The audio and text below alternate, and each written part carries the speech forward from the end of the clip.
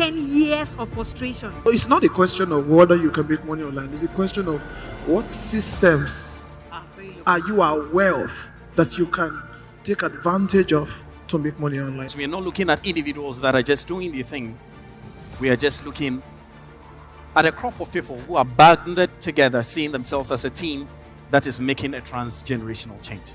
Until you take that decision and say, like the biblical character called Esther, if I perish, I perish. There won't be any change.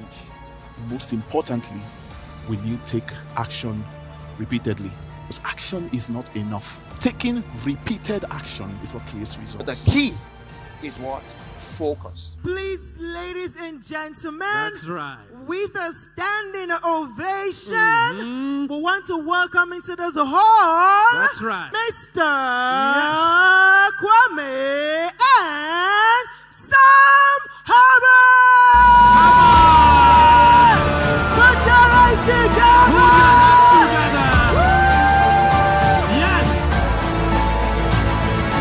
Becoming a millionaire or billionaire is not a function of age. It's not a function of your nationality. It's not a function of gender, and it's not even a function of your spirituality. People are saving lives on the internet. People are changing their families' financial standings using the internet. If today we have mobile money and my 72-year-old mother can send and receive money, it should tell you what technology is. If you want to influence and impact people and you want to be comfortable, you will never get to influence and impact anybody, ladies and gentlemen.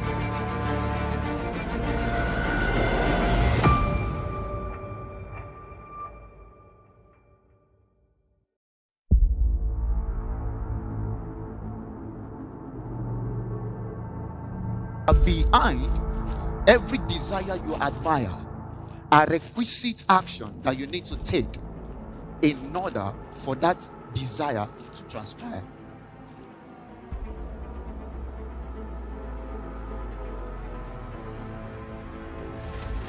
I want to say welcome, Accra, Ghana, to the 40 Streams Conference. Here in the hall, you connect with great mentors. You get information that will make you relevant in your generation. And just the lack of this information can cost you another 10 years of frustration. It's not a question of whether you can make money online. It's a question of what systems are you aware of that you can take advantage of to make money online. So we are not looking at individuals that are just doing the thing. We are just looking at a crop of people who are banded together, seeing themselves as a team that is making a transgenerational change. Until you take that decision and say, like the biblical character called Esther, if I perish, I perish. There won't be any change. Most importantly, will you take action repeatedly? Because action is not enough. Taking repeated action is what creates results. The key is what? Focus. Please, ladies and gentlemen, That's right. with a standing ovation, we want to welcome into this hall, That's right. Mr. Yes. Kwame and Sam Harvard. Put your eyes together.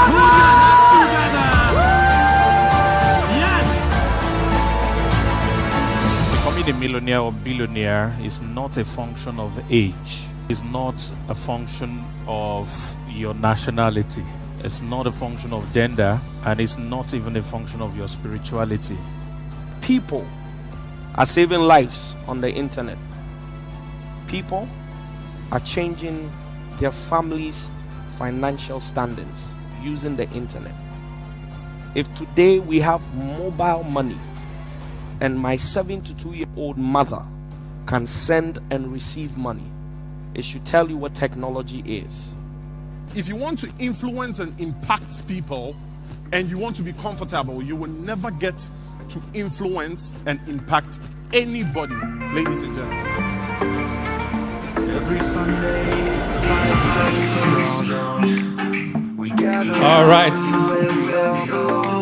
Okay, this This my music is not sweet. I actually wanted to start with a song, but I don't think the song is sweet in the way it's supposed to sweet. All right, if you can hear me, give me 111 all over in the chat, just to be sure that my voice is clear from your end. Welcome to Family Meeting episode 2.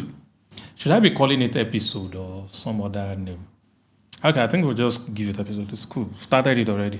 So we're going on 52 episodes in the next 1 year. Today is the second episode where we will be talking about how to discover your niche and your ideal customer.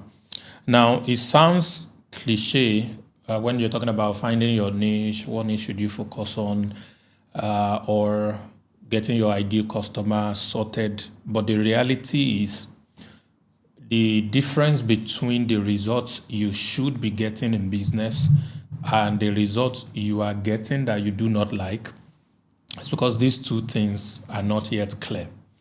Now, I am speaking to a crowd of different demography. I mean, there are people who are just about to start, and there are people who are in the center of their businesses. You're already doing something big. You're looking to scale. You're probably just not happy with the current results you have. And there are people who haven't done nothing yet, just aspiring, they're hoping to do something. They are not even sure where they're supposed to be.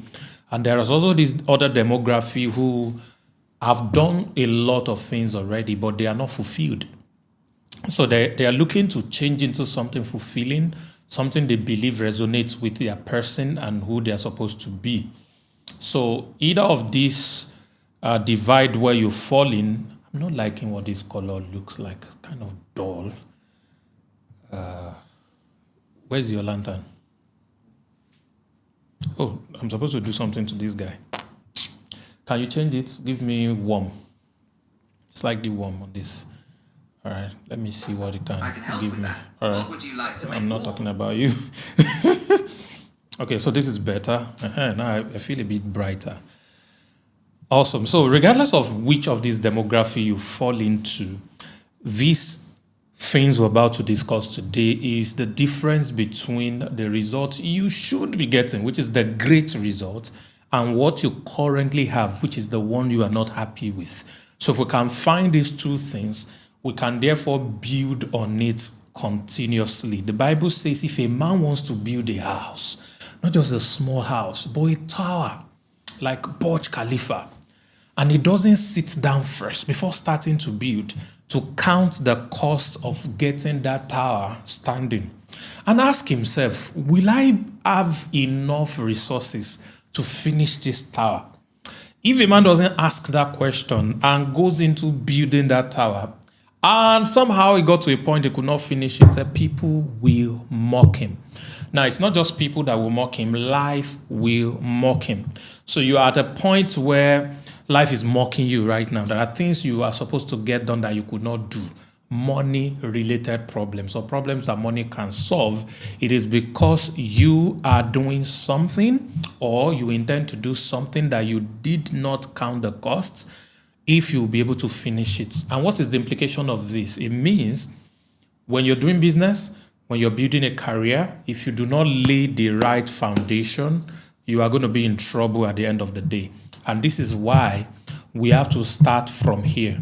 Last week in the episode 1, we talked about your mindset, the right mindset. I gave you an assignment. Who has done my assignment? Give me 222 if you've done my assignment. Give me 222 if you've done my assignment. I told you to put the amount you want to make and then write out all the things you want to do with it, 20 things you want to do with it, and then ask yourself why you want to do each of those things. And then go the second level deep, ask yourself why about each of those why. When you get to a point where you black out, it starts to come to you that maybe I really do not have plans for the kind of money that I want to make. So it's very important because the more reason you find for the amount of money you want to make, the easier it will be for you to begin to recognize opportunities that will bring that amount of money into your life. That's number one. Number two, you get the right drive that pushes you towards the things that you are daring, the things that you are getting done in order to have the kind of life that you want to have. So these things are very important that you put into considerations in whatever it is that you are doing. Either you're building a business or you're building a career. So that's what we dealt with last week. We laid the foundation. I told you to go and experience things that will activate your personal recognition system. Why should you do luxury? Because number one, luxury is just good. It's just what it is. It is good. All right? It's sweet. It's beautiful. It's fantastic. It's interesting. It's how life is supposed to be. So let's keep that on one side. Number two is because when you experience luxury, because of the nature of it, by the very nature of luxury, a part of your brain wants to get you back into that luxury. Do you get me? So let's say you go and eat at a certain restaurant that is just luxurious. It's going to be expensive. Good. So you're not able to go there every day. Because you eat every day, you're not going to be able to go there every day to eat. But because of the experience you had the first time you go, something happens in your mind, in your brain, that begins to desire to go back into that restaurant to have that experience again and again and again. And guess why that is important for you as you're building a business or building a career? Your life begins to identify things that you can do that can bring in the kind of money required for you to go to that restaurant again. The same thing if you fly business class and you love it. I pray you love it. Or first class or private jet and you love it. Something in you keeps trying to walk you back so that the next time you're flying, you're back in that luxurious place. So these are ways we train our mind. We're gathering memories so that we can find our way back over and over into that space, into that state of luxury. So this is why it's important to do your best to experience the most expensive or the most luxurious things for almost everything you're trying to do, if not once. Just do it just for the experience. And when you do it for the experience, it lays some kind of foundation for you that you can begin to build on. So that was the first thing we dealt with last week. If you do not attend last week, go to your LAP platform. You will see under the 7-figure affiliate guide, that's affiliate training, you're going to see the recordings of all the family meetings are going to be there for you. You can go through them and have fun. All right. And it's also on my YouTube channel, by the way. You should know. Subscribe to it so you could also be able to watch that. All right. I want to welcome you to episode 2. This is week 2 out of the 1 year. What I'm doing is to take you on a journey gradually to a point where you can conveniently build a business doing over $10,000 a month online. You could do more, could do less, but an average person who follows these 52 weeks of training will be able to do a minimum of $1,000. So I am saying get into a master's program with me for 1 year. Our class is going to be once a week. So we have 52 classes we want to go through. All these 52 classes are already made and already done. They are available already. Maybe one of these days I'll probably just give you the curriculum so that you see all the things that we are going to be dealing with across the 52 weeks. And each of the week I'm laying on a previous foundation and I'm giving you assignment, the things that I want you to do that will build you towards that reality. So in the next 1 year, you have all it takes, especially if you're a doer, that's someone that practices what they are learning, you are going to get there. If you are not typing 222 today and you were here last week, shame on you. Because I don't know why you will attend a training for that long and you will not do your assignments. There are no two ways to getting results. The only way is to do. It's not to listen. The only way is to practice whatever it is that you're doing. That is what changes the whole thing. I woke up to a thought and I want to share the thought. It just crossed my mind now. Think and grow rich is a scam. How many of you have heard think and grow rich? Yeah. You don't think and grow rich. Because thinking alone does not make you rich. Thinking is the foundation for the steps that makes you rich. If you don't think, you will not have access to the ideas that makes you rich. But when you think, you have access to it. But acting plus thinking is what makes you rich. All right. So you might have read that book. A lot of people have read that book. Millions and millions and millions of people. How many of them are rich? It is not about that. First step, read the book, get information. And then number two, now start thinking. Thinking does not bring food on the table, doesn't put money in your bank account. What puts money in your bank account is the thinking plus the doing. So listening to me does not do you the good, does not make you the money, does not do nothing for you. That's why there are people who have been listening to me for years and are still broke. So it's not their fault or my fault. It's the fault of the fact that they do not practice the things they are learning. No matter how powerful an information is, or a piece of information is, if you don't act on it, you don't get the desired result, the desired outcome you're supposed to get. So I'm using this lay foundation for you to know that following me through on this 52 weeks is not what's going to change your life. What will change it is listening and learning and then applying the things that you want to do, all right? So think and grow rich is a scam. You don't think alone and grow rich. You think and act on what you are thinking. That is how you get rich. Did you get that? All right, fantastic. So now we've laid all that foundation. Today, we are going to go into episode 2. So we want to talk about niche discovery. It's very important. And we're also going to be talking about ideal customer avatar. We want to create a persona. So tonight's class is going to come with practicals. So we're going to do a lot of practicals. I'm going to lay the foundation for you, but beyond that, I'm going to now build on a lot of practical, and I'm going to use this opportunity to introduce you to one of my newest products, which I think is free, so you can have access to it. I have nothing to sell you. Now I'm sounding like Alex Umozi. Yeah, I have nothing to sell you. All I'm doing is just teach you to riches, teach you to stupor. All right, so I got a couple of thoughts that I wrote down that I just want to roll by you, and I want you to please write them down as much as possible. Number one, you can't sell to everyone. All right? You cannot sell to everyone. Now, the categories of people that are listening to me that are in class right now, you are either running your own business or you're an affiliate because you're part of the LAP family. If you're selling your own product, it's not everyone that can buy your own product. All right? Big Smoke, don't worry, I'm recording. It's not you. It's not everyone that can buy your product.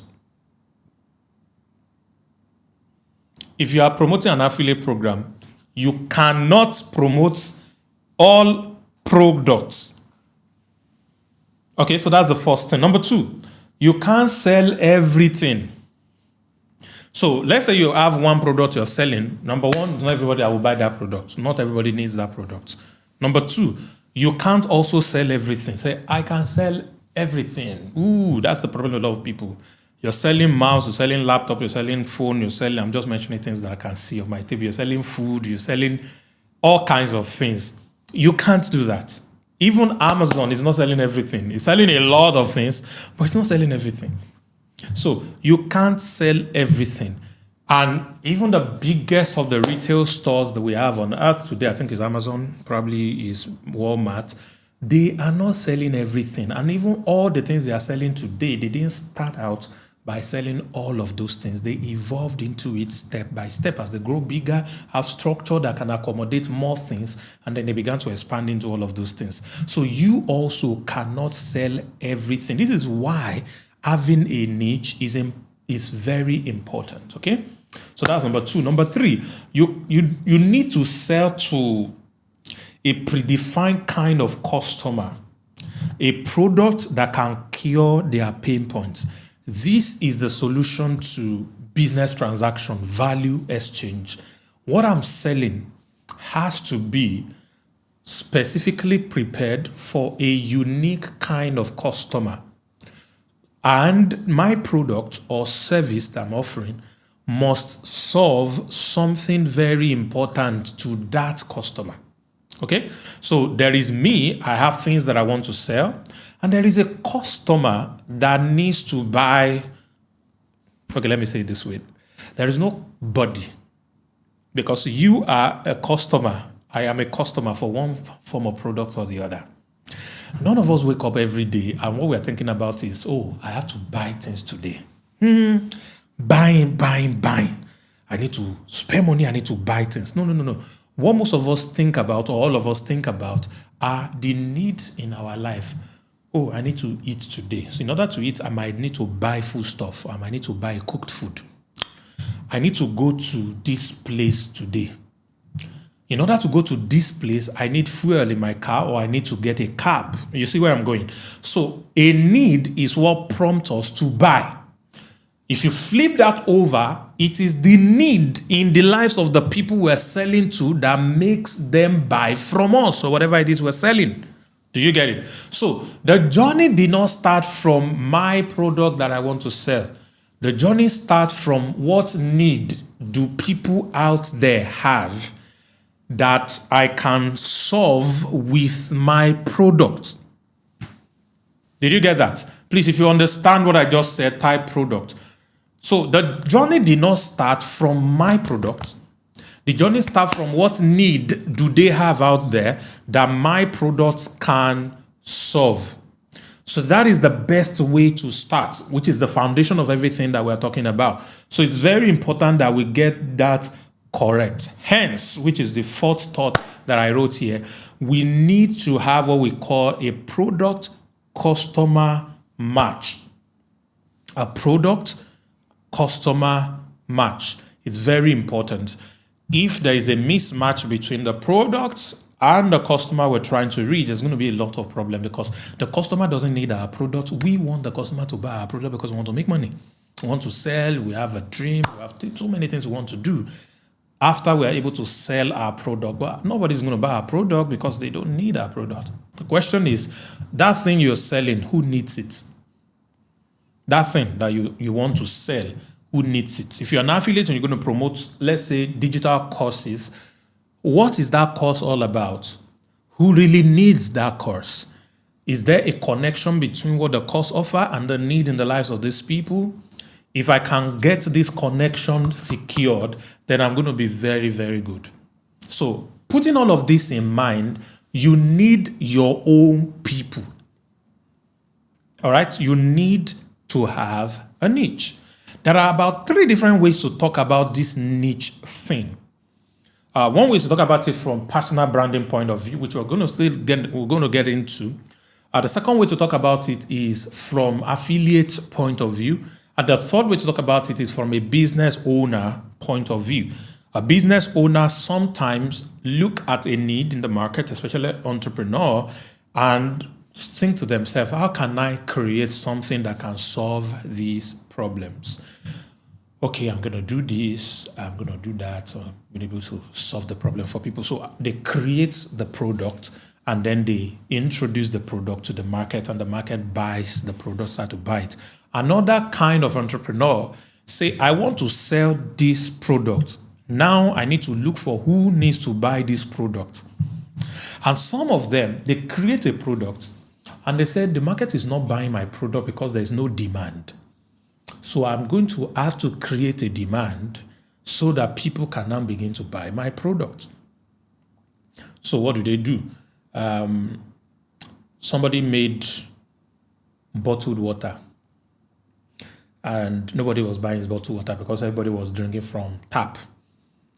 So now I said, how do I create demand? So now I went to the source of the water supply of the city and then poured some kind of coloring material to it.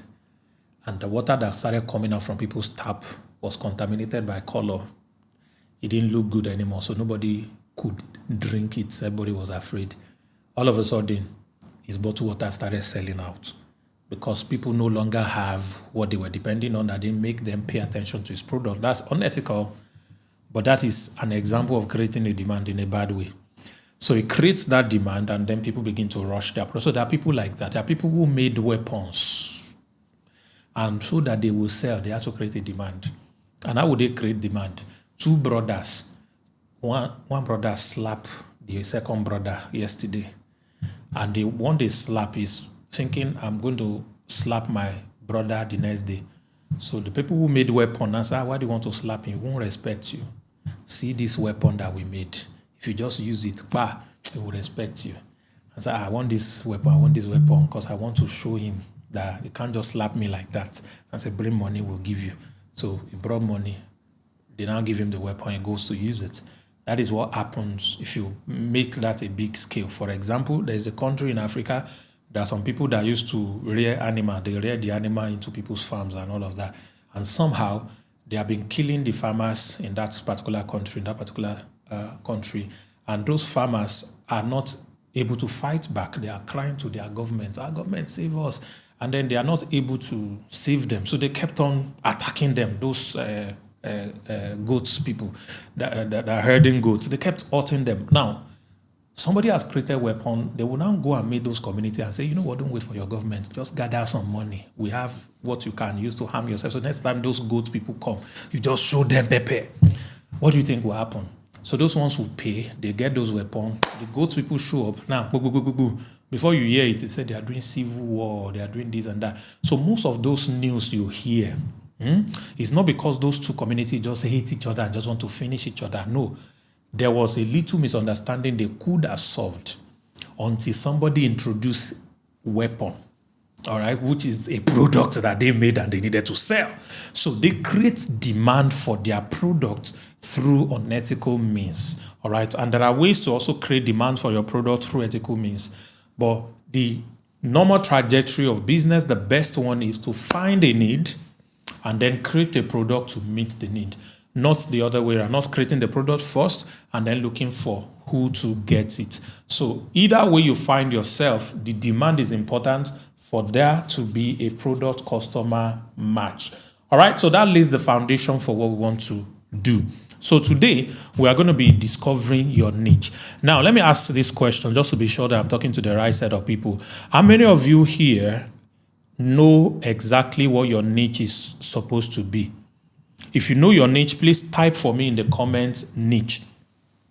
If you are very clear what your niche is supposed to be, type for me in the comments niche. That's number one. Number two, is there anyone here that is watching who have multiple talents and you're not sure which one to focus on as a niche? You have a lot of things you can do, all right, but you're not sure which one to focus on, all right? You try to do this, you try to do that, you're not sure. You just feel, I'm not fulfilled yet, I've not really gotten there. If you exist like that, please type 777. Let me be sure I have the kind of people. So we're going to do some exercise where I'm going to be showing you things that you're supposed to do. And I'm also going to be giving you access to a software that I made, which is an app. I'm going to be showing you, demonstrating for you how the app works. And then I'm going to be giving it to you. It's free. I have nothing to sell you. All right? Just use it on my head. Use it and be happy. All right? It's going to solve a lot of problems for you. So that is what that is going to do for you. So we're going to be using a framework in order to define our niche. Now, if you're here and you are multi-talented like me, you can do a lot of things. I'm going to help you focus on what you are supposed to do. All right. Now, let me clarify something. People who are affiliate marketers, they have lied to you for a long time. I'm part of the people who lied to you. This is confession time, and I need you all to forgive us. They have told you that there are 3 niches. You know them: wealth, health, relationship. Abi? So I'm an affiliate marketer, so I'm in the wealth niche. It's because Emmanuel Prince typed wealth niche. That's why I remember this. I said, okay, so I'm just doing wealth. Those things, they have their usage, but it is superficial at best. My goal is not to help you sell more affiliate products. My goal is to help you build a sustainable business around affiliate marketing or your own product. Do you get the difference in the two? What do I mean by this? Someone who just sell affiliate products makes money when the product they are promoting is being accepted by the market they have access to. E.g., 2 years ago, 3 years ago, there are people in LAP that are making millions every week. The moment they could no longer sell that product for whatever reason happened, they went completely broke. You know them. Some of them are your friends. Some of them are even you yourself. You used to make a lot of money, but got to a point, those products were just not selling anymore. And then you went broke. It's because all you were doing was just making sales of affiliate product. You are not building a business. You are not a business entity. You have no roots. So you are shallow. So that is a big problem. So what I am doing this time around is not to make you sell more product and just make commission. I'm trying to help you build a business that sustains the income you're generating over and over. Regardless of if I gave you affiliate product to sell or not, you are able to sell. And the way to be able to do that is very simple. You need to have, which of this my pen is good? You need to have what we call a community. Okay? So your ability to have a community, all right, is what determines what kind of money you're going to be making and how long you're going to be making that money for. So when you have a community, this gives you consistent income. Now, how do I explain this? When you have someone like an influencer today can be promoting close-up toothpaste. And then the same influencer tomorrow is promoting mobile phone. The same influencer tomorrow is promoting biro. And their base, their fan base, their community do not complain about all of these brand deals. As a matter of fact, they celebrate them for these brand deals. Why? Because it was neither toothpaste, nor mobile phone, nor biro that brought the community to them. Hey, somebody did not get what I just said. It was not any of the products they were influencing for that made these people come to them. These people came to them because of who they are. Their niche. Davido is an Afrobeat singer. All the 30 billion gang came to him because he's Davido that drops hits for them. Burna Boy, they go to him because he was because he can sing. He's an Afro, his name that is Burna something. Because of what he does, he sings. So all his, I don't know what they call their own, maybe Odogu gang, is because he could sing. All right? So it doesn't matter what product he promotes, the community are going to swallow it and they will not be tired because he's still good with what brought them to him. So you also, just like this influencer, needs to have a community that came to you because it is you, because of what you represent. Regardless of the product you promote, they come to you for something, some reason.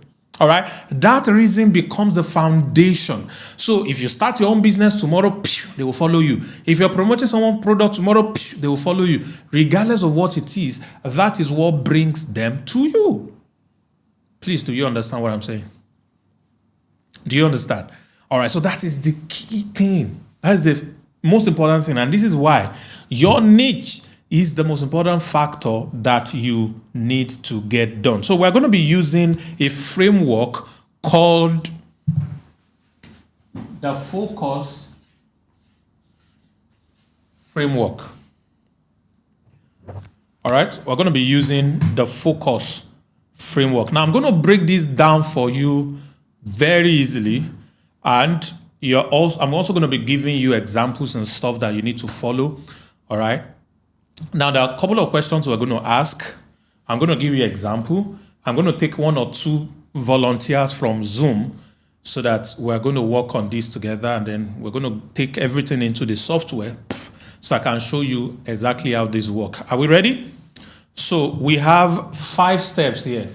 This first step, which is the F, is talking about filters of fulfillment. Now, this first guy is very key and important because whatever you do, now let me state this very clearly now. Whatever you do, if you are not fulfilled, it is always going to be empty. It's always going to be inadequate.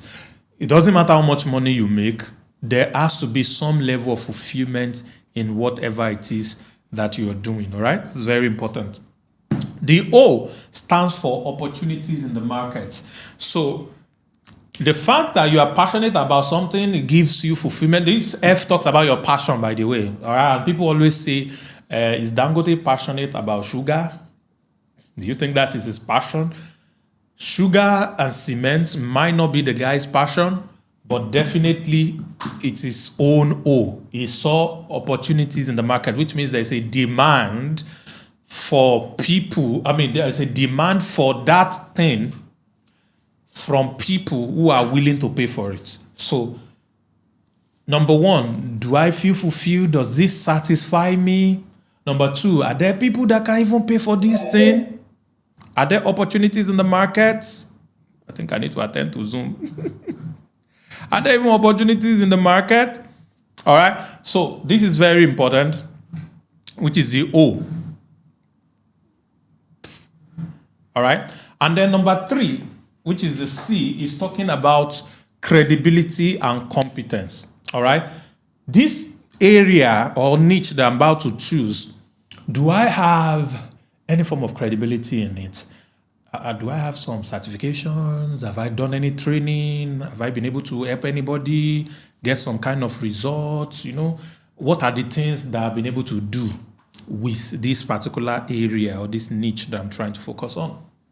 And then the next one, which is the U, is very important. It's called your unique story. There is a story, like I said at Brand Daily earlier today on Instagram. By the way, every day on Instagram, 1 p.m. GMT +1.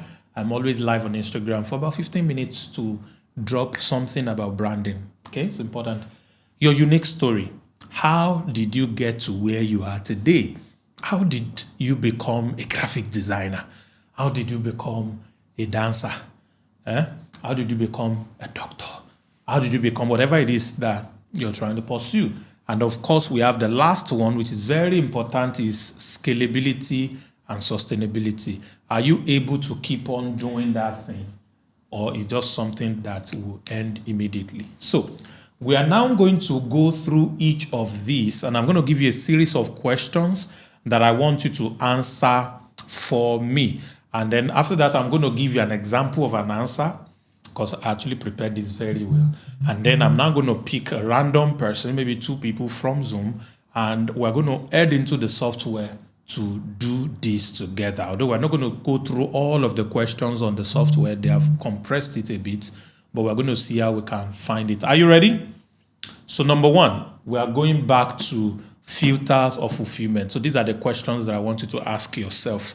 Number 1 question, what do I love doing, even if I am not paid? Can you answer me in the comments? What is that thing that I love to do, even if I am not paid? Write it down, write the question down. What is that thing that I love doing, even if I'm not paid? Abigail, I like it, says talking. Samuel says sing. Teaching. Farouk says teaching. Even if you don't pay me, I go to teach, they go. I go to sing, they go. All right? For God's purpose, it's football. Yeah. Skills says they love selling. If you don't, that one is a very tricky one. So can you promote my product and not collect commission? You will still do it. Can you do that? Julia. Dion says teaching. Eniola says teaching. All right. I say even if you are not paid. All right. Number 2 question. Under F, under filters of fulfillment. What types of problems do I enjoy solving? What types of problem do I enjoy solving? Okay. Usman said listening to music and watching movies is the kind of thing he could do even if nobody is paying him. All right. Growth Grid says, I love to teach. Fantastic. So what type of problems do I enjoy solving? Keep that.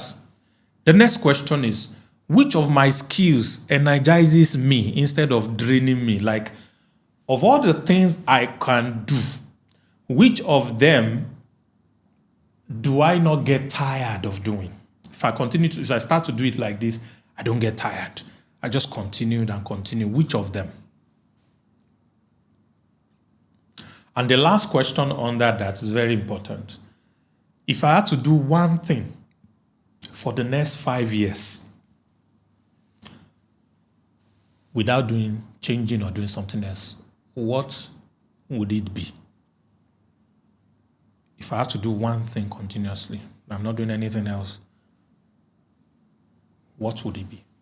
Which of my skills, which of the businesses, which of the ideas, which of the talents will I stick to if I do not have to do nothing else? And between 2020, which one are we, 2025 and 2010? Is that 2010? 2030. Sorry. That's 20. Please don't laugh at me. So between 2025 and 2030, what is that one thing I can be doing that I won't change? I mean, like, just like that. All right? Somebody says surfing the nets. Just be browsing the go. How are you, browser? Okay, so that is for F. So let's move to O. Now, 4 questions also that I'd like you to answer. Question 1. Which of my skill is already being paid for in the market? Of all the things that I'm doing, which of them are people paying for already in the market? Video editing. Any other one? Oh, you don't even know your skills again. Yungo? You don't know your skills. You can trade forex. Are you sure? Okay. So I have a forex trader in the house. So people are paying for forex trading skills. Inspirational speaking, trading for others. Another trading forex person like you here. So which of these things that I can do are people already paying for in the market? That's the first one. The second one, are there trending industries or underserved audience in this area that I can target? Which means, are there enough people that are providing this service versus people that need the service? So, for example, if you're a singer, you know that's a freaking saturated, it's a very saturated niche. So there are enough of people that are providing that same service, all right? So being able to get your own blue ocean will be a little bit difficult. And it's not about the talent. If not, Thames will not be winning Grammy before the WhatsApp page. Because I don't know what that girl sings. Don't tell her. Sing off key anyhow. Even me, when I was in choir, I sing better than her. Just because they have nyash. Hope they didn't hear me. They hear me. They didn't hear me. Okay. So, I didn't say nothing. Question 3. What are people constantly asking me for help with? What is that thing that people are always saying, please, can you do this for me? Please, I want to do that. What is that thing that they are currently asking me for help with? All right? And then the final one here. Is it possible for me to name 5 people that are making money with this skill or in this niche? Can I name 5 people? 1 people, 2 people, 3 people, 4 people, 5 people. Can I name them that are currently making money? Okay, Samuel says people asking me to teach them about cryptocurrency. Fantastic. So let's go to credibility and competence. We have 4 questions also to deal with under credibility. Question 1. Which skill or ability do I have clear results, experience, or testimonials in? which skill or ability do I have clear results, experience, or testimonials in?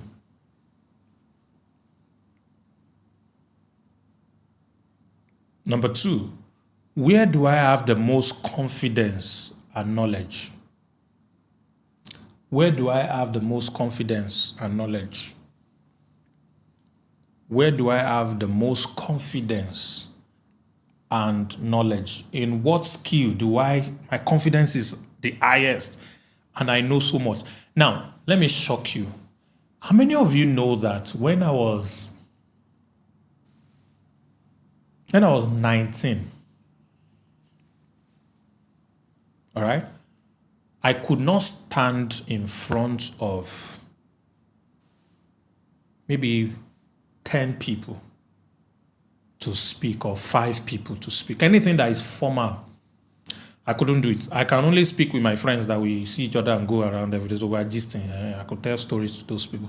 But whenever it is like maybe a birthday, something, I can't speak. Maybe it's a Bible study or Sunday school or something. And I used to shake, like physically vibrate, and I can't speak. But today, that's the number one thing I can do. So I was almost 20 and I can't even speak. And 20-something years later, I am one of the world's best speakers. I can teach you to stupor. I'm not teaching you today to stupor. All right? So that is my story. Okay, we're going to get into that.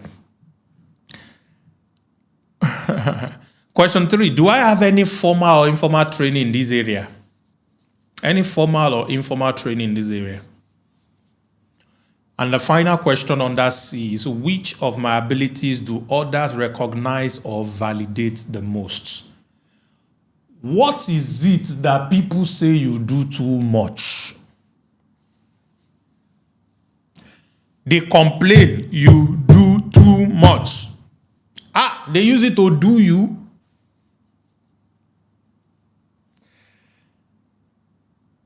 For some people, the things that is coming to your mind is not a good thing. So they follow woman too much. So that's your niche. Oh, have mercy, oh Lord. Some of you talk, you talk. Some of you press computer, some of you press phone too much. So everybody complains about you. It is not a bad thing. It's a pointer to something. Okay? It's a pointer. It's a pointer to something.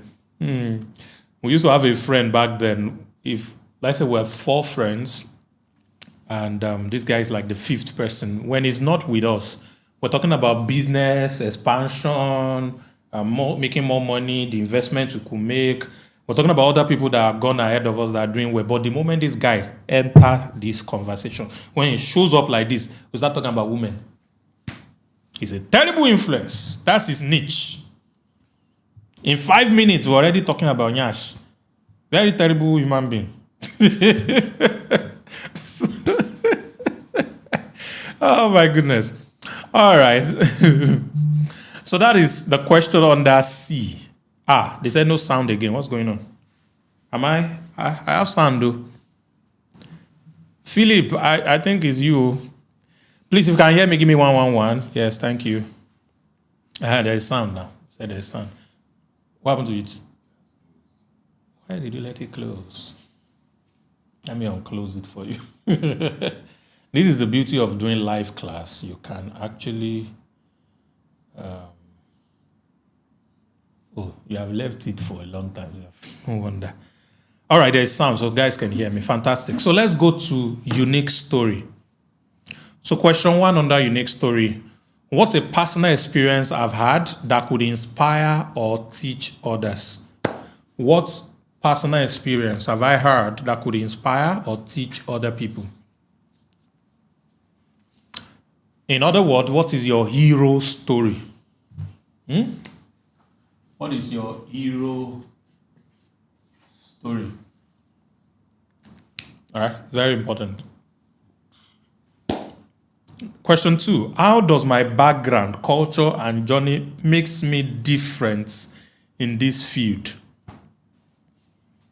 How does my background, where I'm coming from, my culture, what my life's journey has been so far, how does it stand me out? I speak with an accent. I hope some of you know, because it's not my first language. So when I was 15, 16, 17, 18, yes. When I was 18, I had a very strong Ilorin accent. Very strong Ilorin accent. Very strong. So I still speak. I still speak nonetheless. A lot of people relate with it. And I used to switch. I have a friend who's a South African. When that guy is speaking, I just feel like punching him in his face. A lot of you know him. It's like, how did you, when they were going for how to speak like Oyibo, I missed the class. I did not go. And this is why it's important. I have a niece. Each time my niece is talking, I'll be saying, which one is this Oyibo? Because the mother, who is my sister, decided to put the little girl in a school where they will not spoil her accent. So she's speaking Oyibo accent already. So I wish my parents had put me where I can speak Oyibo, but where they put me, all we are shouting is Allahu Akbar, Allahu Akbar. So it was purely Ilorin accent I grew up speaking. It was later on I now start to fine-tune. So that's why I still speak in huge accent. I don't like it, but I have to live with it. But the reality is that people who just like me because of that. You may not like me, it's your own cup of tea. I don't care. But some people do like me because of that. So it's a kind of story. So it relates to people who have accent also and want to be a speaker. All right. There's a friend and a client in Dubai who has a very strong H factor. And today, the lady is doing videos that are going crazy viral all over the world. People are viewing, getting awards. Big. She doesn't care. You are still saying, I cannot sound like them. I'm not going to speak. Better start. All right. What do I do? What do I believe differently about the skill or the niche than most people? Do I have a different belief about this area or this skill or this niche that other people probably don't see it the same way? All right. And can I use my story to connect deeply with a specific audience? And then we are on the final part, and now we're going to get into the sweet part of this now. On the final part, which is the scalability and sustainability, the S. Remember, we're talking focus. In order to get our niche, what should you focus on? All right, S. Question 1. Can I create digital product, service, or content from this skill? Give me an answer. Whatever skill you are considering in your mind, or this area of strength or talents, can you create digital products, a service, or content from it?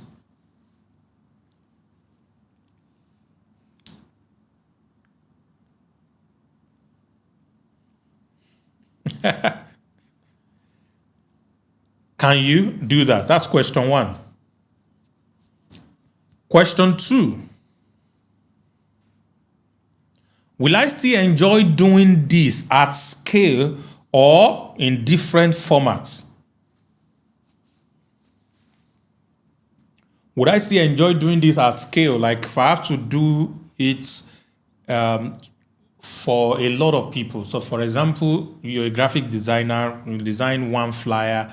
What if they bring you 1,000 flyers to design? Will you run away? Or would you be able to put structure in place that can now allow you take on? Somebody say I have a digital product. Say fantastic. Okay, great. So let's go to the next one. The next question. Is there potential for passive or recurring income in this thing? Very deep. Is there potential for passive or recurring income? And finally, one of the most important actually, is can I grow a community, a tribe, or a brand around this thing? Can I grow a community, a tribe, or a brand around this thing? So if you have been able to answer all of these questions, that's 5 in 4 places, that's 20 questions, you will begin to get some form of clarity.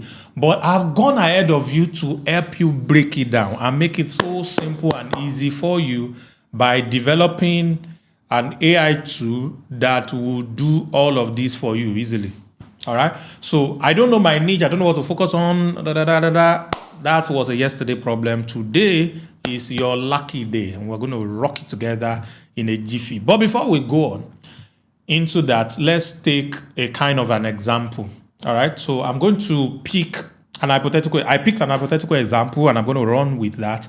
And then I'm going to get a volunteer from amongst the people that are on Zoom, so you can talk back to me. And we'll get into the software and then generate a niche for you. Okay. So let's start with the first example.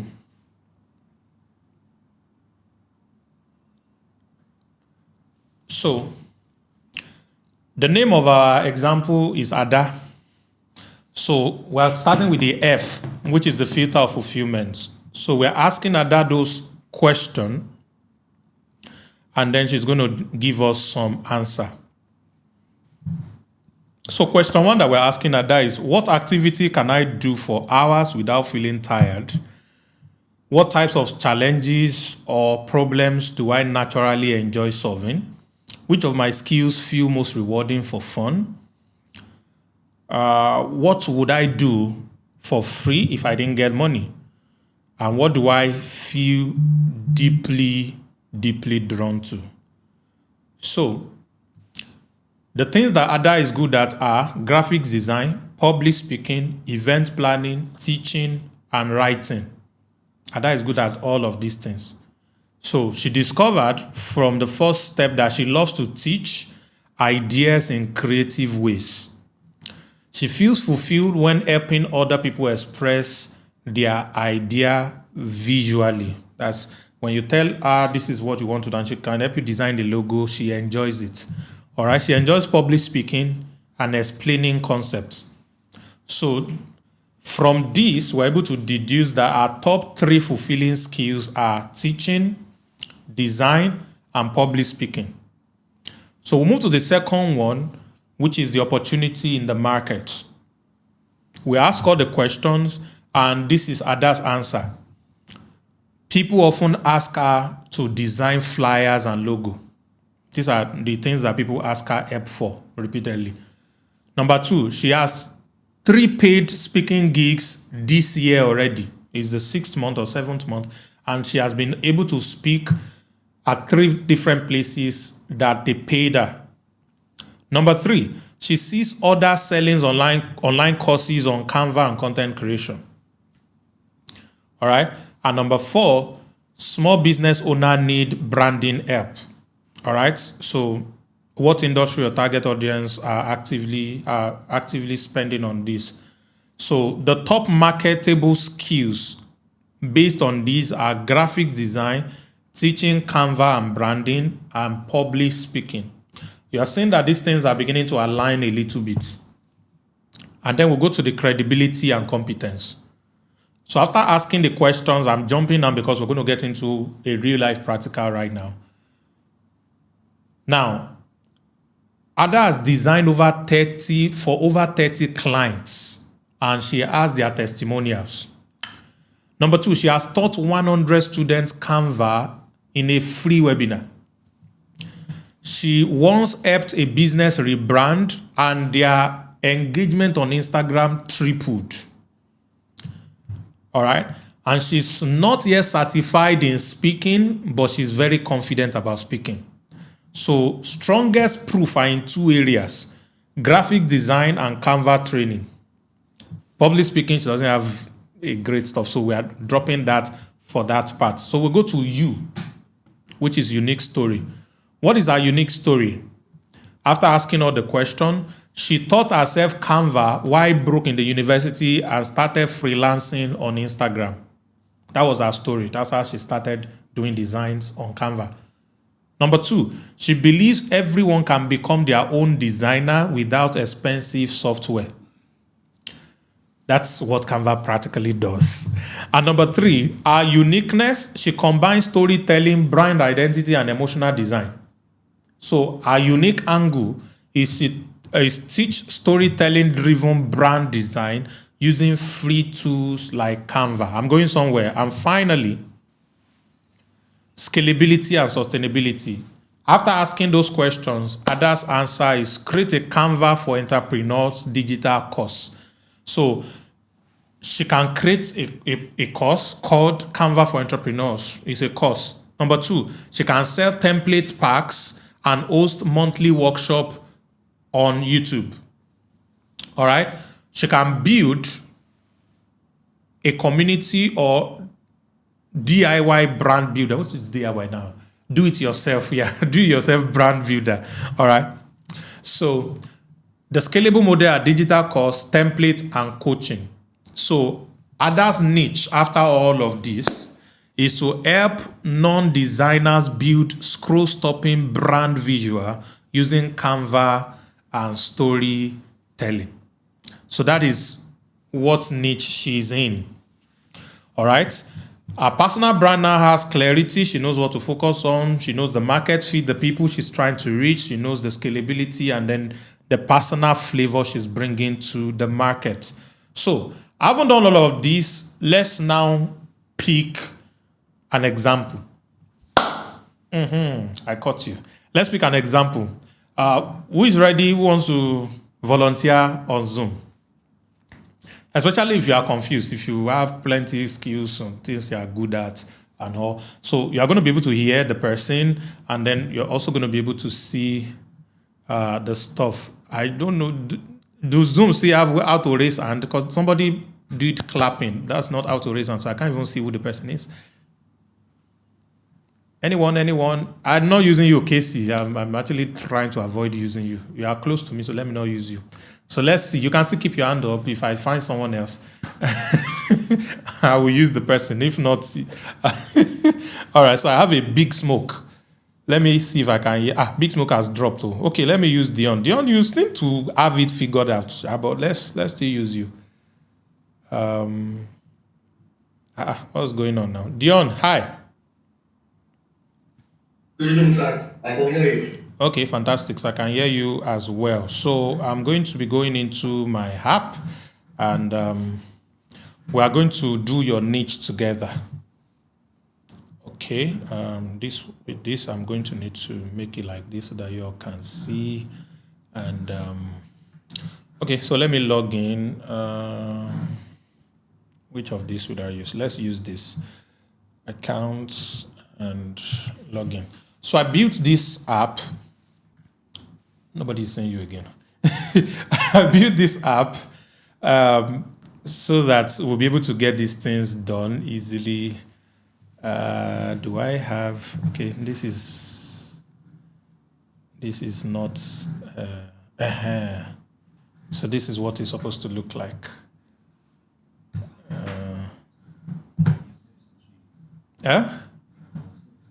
I'm not supposed to show. That's what I'm trying to tell you. I'm not supposed to show. Dion, can you see this? Yeah, I can see. I can see it. Okay, I can do niche. So we want to do niche stuff for you. So we're going to be answering this question together. I'm going to be typing it in for you. So the first supposed to be here. Okay, like this is perfect. So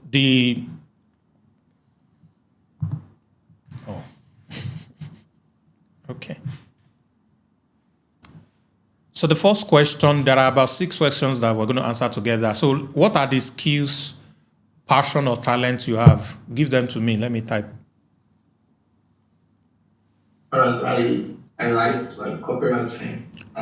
Hold on, no, I'm typing. How do they even write copywriting self? Copywriting. What else? Alright. Yes. Yeah. Then sales funnel optimization as well.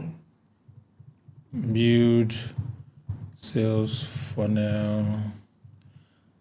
Go on. You can see what I'm typing, so be helping me by just giving me what I'm doing. Meta ads, meta advertising. Okay. And then I can also teach. Like I love teaching and impacting people with these skills. What else? Is that all? Yeah, I think that's the summary of everything. Don't give me summary. Just give me, because we're doing real life practicals here. So give me stuff. All right, so we are done with that first one. So we have been able to pick a couple of the skills you have. So the next one is, what activities or problem do you love working on, even if you are unpaid? What energizes you and give you fulfillment? Okay. Yeah. All right. So even if I'm unpaid, I love teaching. Like I love teaching what? The idea of helping people figure out teaching skills, teaching these skills that I know, teaching copywriting, teaching the concept of marketing, basically. Marketing, copywriting, and sales funnel. Okay. Okay, what activities or problem do you love, even if unpaid? Okay, so we're good with that. Let's move to the next one. Question 3 said, which of your skills do people often ask you help with?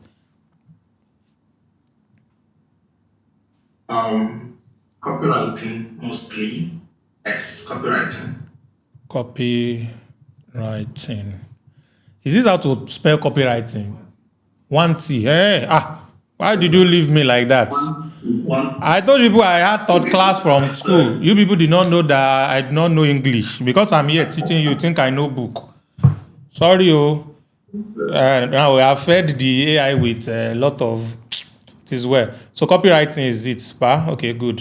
So where have you already gotten result, testimonials, or recognition? You mean the skill?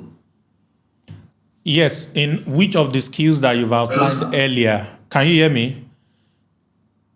In all of the abilities, you've mentioned so far, where have you gotten a lot of result, testimonials, or recognition the most? You can mention as many of them that you have testimonials, credibility, whatever I know. So give it to me.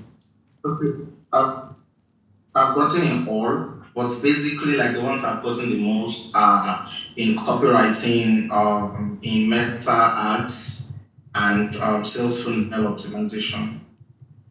Those are like the ones I've gotten most results in, and I have testimonials to attest to it. Okay.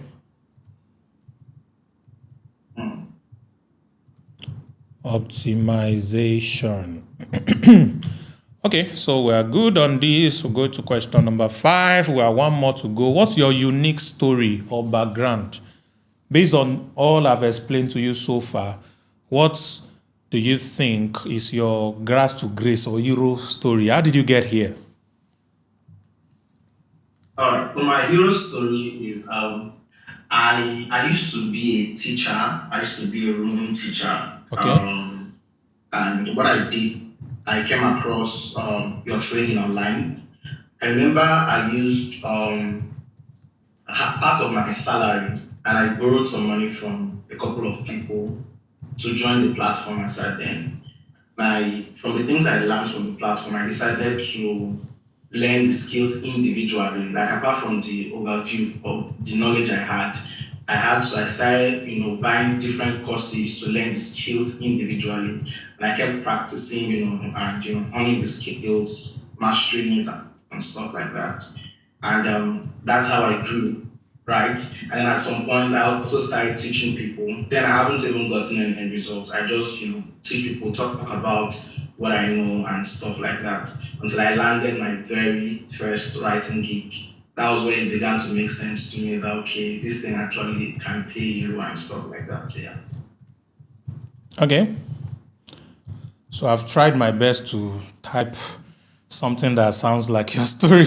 So I used to be a classroom teacher till I met some Harvard Online and learned digital skills like copywriting, meta ads. I later went practicing while I teach other people till I got my first paid gig. From there, I've gone ahead to perfect my skills in these areas. Okay. Okay, fantastic. So let's go to the final one. If you are to turn one skill into a product, course, or content channel, which one feels most sustainable and exciting to you? I would say copywriting and sales funnel optimization, because like they're intertwined, they're interrelated. So Okay. I would say copywriting and sales funnel optimization. Okay.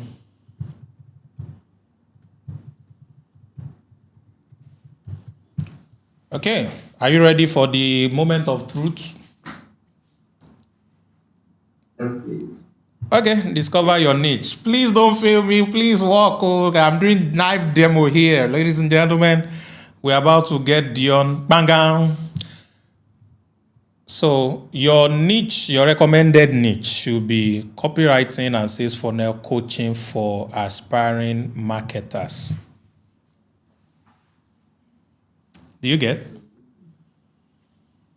Yes. So copywriting and sales funnel coaching for aspiring marketers. So it already gave you a target audience.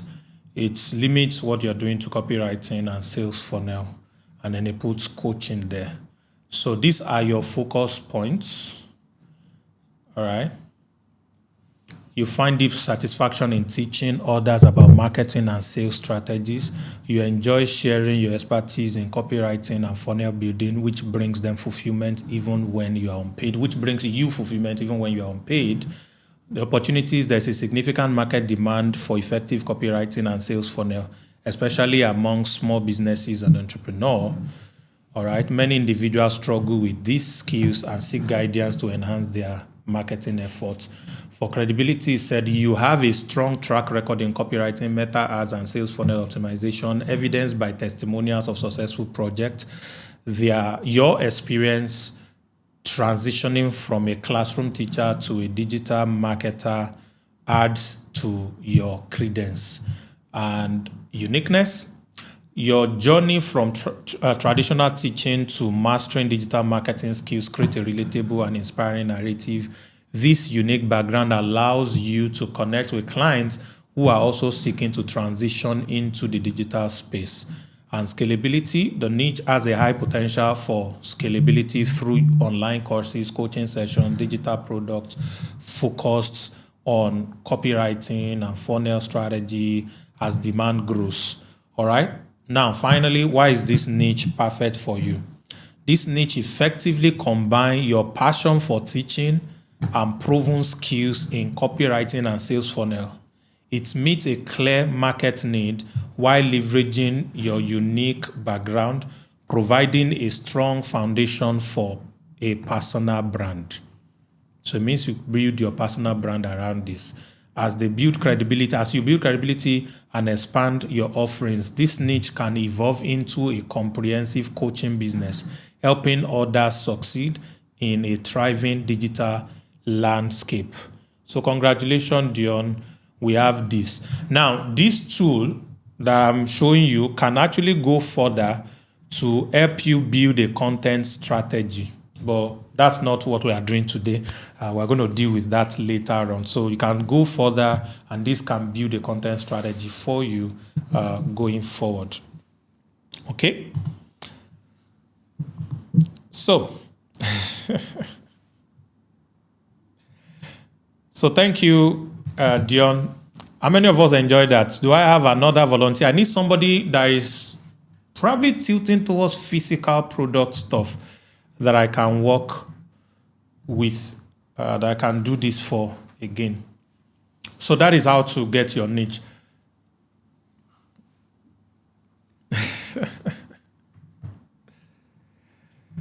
Who else? Who else want us to run this for him or her? Okay. Thank you. All right, so I'm going to give all of you access to the software so you can be able to use it. If some of you have not even stolen the URL already. So you go to brandingwithvad.com. Brandingwithvad.com. That's branding with VARD. VAD is from my name, Harvard. So HARVARD.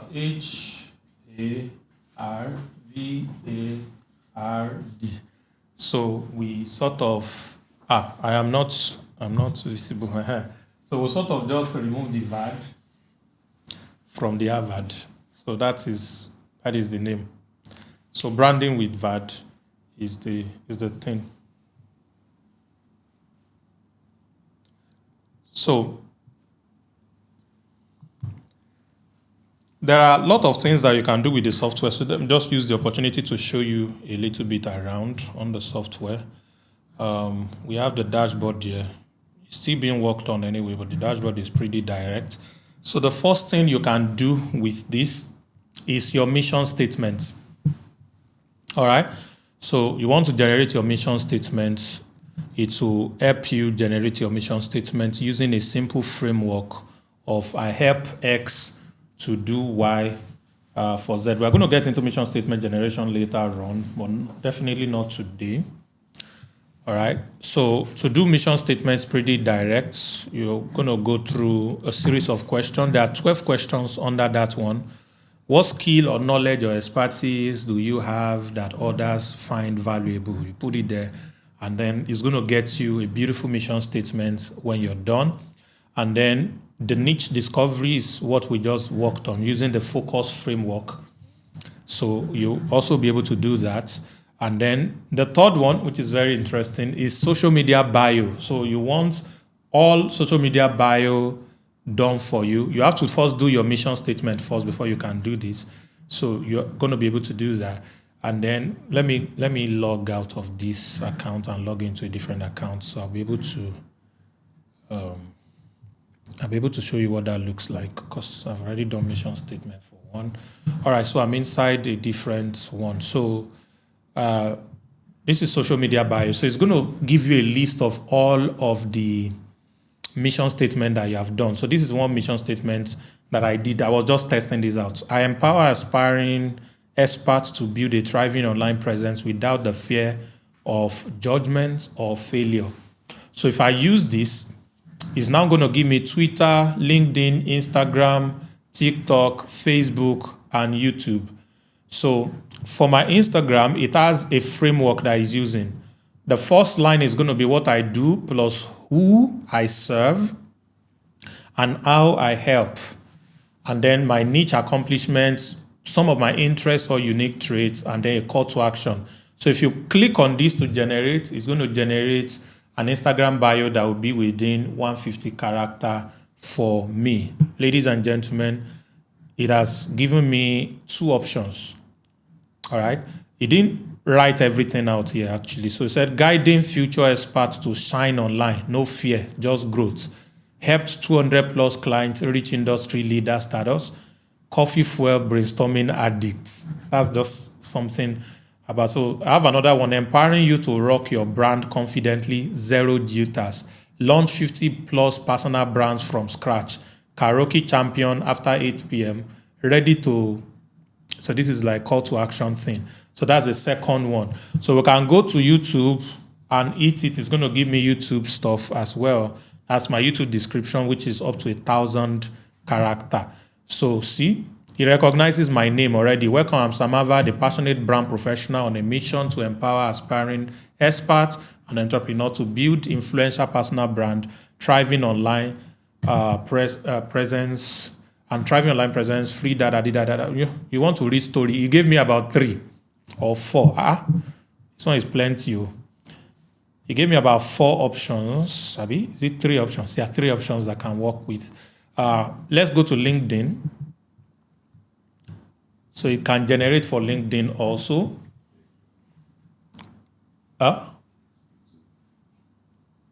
Is it YouTube?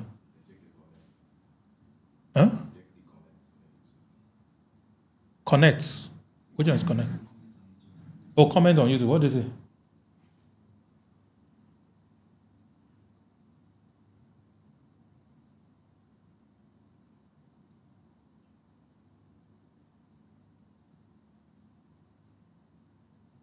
Okay, somebody that has done this stuff. You could have told me now. You now let me use 2 minutes to be looking for what comment am I supposed to look for. All right. So, brand professionals dedicated to empowering emerging experts to build. So it's giving all the social media, even Twitter, X. I can generate bio for Twitter as well. So the tool is currently free. You can go and use it. Have fun on me, bills on me, no problem. Just enjoy yourself. So you can get all of these things done under it. You have Facebook also. You have TikTok. TikTok is very direct because it's only 80 characters that it allows. You can see these are my TikTok bio. Helping you shine online stress-free. Let's kick fear and crush your brand game. I can use that. I can use brand glow up coach. I turn fears into followers, making you a star in your field. All right. Guiding future icon. No stress, no fear, just you thriving and owning your online something. So that is it. So that is for social bio. And then we have content strategies. So this one you have about 4 different steps. You put in your stuff and then we'll be able to generate content for you. So for the sake of this thing, can I have okay, let me show you the one I've done before. So I go to content plan. So it practically saves all the content strategies that I've done. So this one I did for one of my boys in the studio, who is a video production content creation. That's the niche. Video production and content creation. That's his niche. So we did a 30 days content for him. So let me use your own. So these are the stuff. So we have 30 videos. We have 120 viral hooks. We have 30 full scripts that he can use, and he can actually expand it as he likes. All right. So we have day 1. This is the video title. What's your video? Okay, let me use card view. So card view allows me to see everything. So what your videos aren't, or why your video aren't engaging, and how to fix this today. So this is the title of the video that he's making. And then this is what he's practically teaching, addressing inconsistent video quality by revealing top mistakes and providing simple, immediate fixes. All right. Viral hook. So you can use the secrets to engaging videos. Isn't what you think. Okay, secret to engaging video isn't what you think. Okay, stop losing viewers with these common video mistakes. Most creators miss these crucial video details. Transform your video. What I wish I knew earlier. All right? And then he has a Russell Brunson style script, which is hook, story, secret, CTA. All right, so you could use that, or you could copy it and go and edit it, add pepper and water and salt to it, and be able to use it. So we have day 2 all the way down to day 30. And it's also following multiple content pillars that can allow you create incredible content around any area or any niche that you have. You can download the entire thing as a CSV, and then you can also share it to social media or whatever later on. I'm going to put that one later on. So it's all done, ready to use. And I added one other thing. You want to learn from me. I don't just want you to just be by yourself. So I also added a learning session where I'm going to be teaching you branding and other stuff inside the platform. And that is this. I bet you did not know that I added this. You didn't know that. Gotcha. So this is it. Video. The world has you can watch has changed from business corporate brand. Okay, so you can also learn from me. All of this beautiful stuff are available on this platform. So this is cool. Now, can I shock you all? Okay, maybe not all of you, but I can shock a lot of you. Do you all know that I built this entire thing by myself without knowing how to code anything? Only using AI. Who believes that? I did this entire website, domain name, and this is also an app. Those of you that are already there, you can save it as an app on your phone. It's an app on my own phone. All right? I access it directly on my phone, VAD AI. This is it. VAD AI. So I did everything with vibe coding. So if you want to learn how to do it, I have a training called AI Millionaire School. All right, so I'm going to be teaching you how to do that. So our world has changed. You don't need to pay for softwares anymore. If you have an idea, just create it, code it. The new software I'm working on right now, I don't know if you have seen it. Have I shown you the demo of it? Have you seen my thumbnail generator? So I'm working on a thumbnail generator right now. I'm still working on it. It's not yet giving me the juice yet. This is it. This is my thumbnail generator. So start creating. How to log in? Let me log in. Do I even remember my password? I hope this is the one. If it's not working, okay. Yeah, it worked.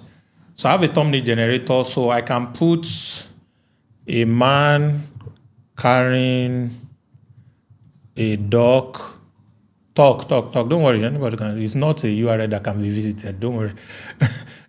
A man carrying a dog on his head with the text dog man. All right. So I want it photorealistic.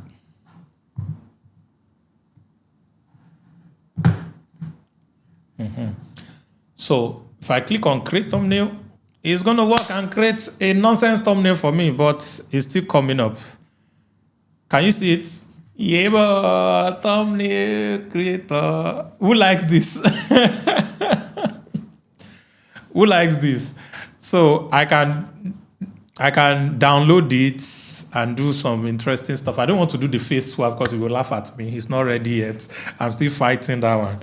So this is a very nice thumbnail, if you ask me. So these are some of the things that you can do. Can do all kinds of stuff on this, and that's what I'm working on. All right, let's get back to class. Have you learned something?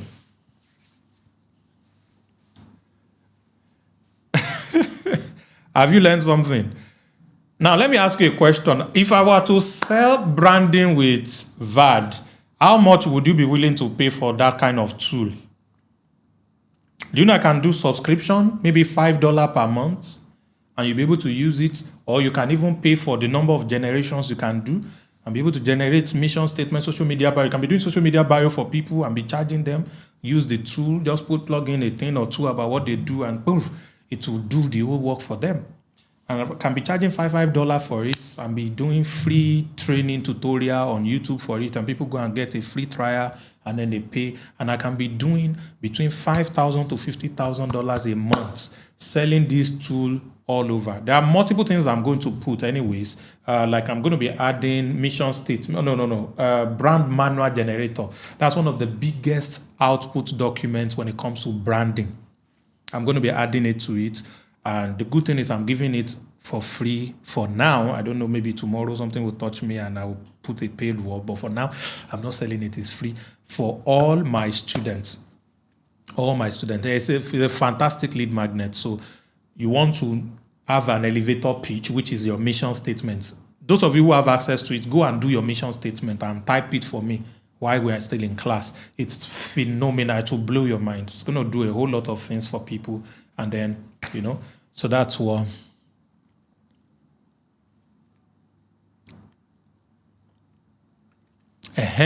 You don't need a skill. It could be interests. Like, for example, there's an example I wanted to use because I wanted to take someone else who is about skincare. So the person produces skincare stuff and starts selling skincare. There's another example for somebody who just like real estate. Excuse me. So it's now helping you to know which area of real estate you should focus on. And now you should be able to sell it. So all of that you can build. So go to MLM, type MLM, whatever. So it's going to help you build a brand and help you with content so that you can be able to do content online for that specific stuff. All of this thing I'm saying is part of our brand masterclass. So brand masterclass is going to hold next week Saturday. Okay, we were supposed to have it yesterday, but we didn't have it. So let's continue class. So we have done the first part, which is your niche. Now, why is this important? Your niche is important because it determines the people you're trying to reach, the people that you are attracting to yourself, and the people that you're going to be selling to at the end of the day. So we are doing two things today. First is niche discovery. The second one is your ideal customer, or what you call customer avatar. So let's get right into the second part of today's class. Okay, so it's very important that you are sure of who you are selling to. So we're going to be using a framework for this one also. I think I'm going to be putting customer avatar on the app later on, but for now, I did not have enough time to put it.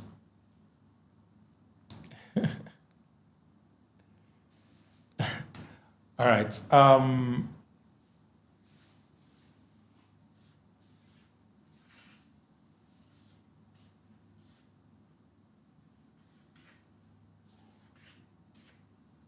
One, two, three, 4, 5, 6, 7.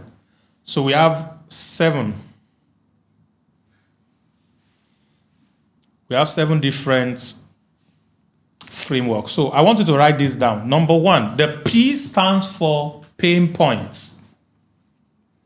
The P stands for pain points, which means that urgent problem, that urgent fear, all right?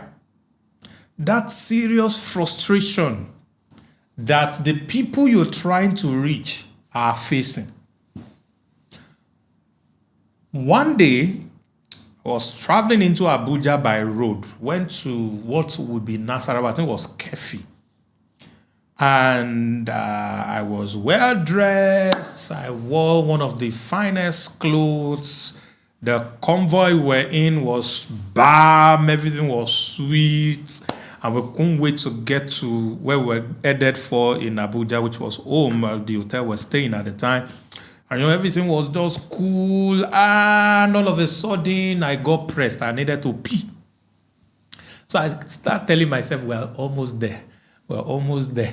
And all of a sudden, Abuja became farther and farther. We are not here in Abuja. What's going on? And this thing was, oh my goodness.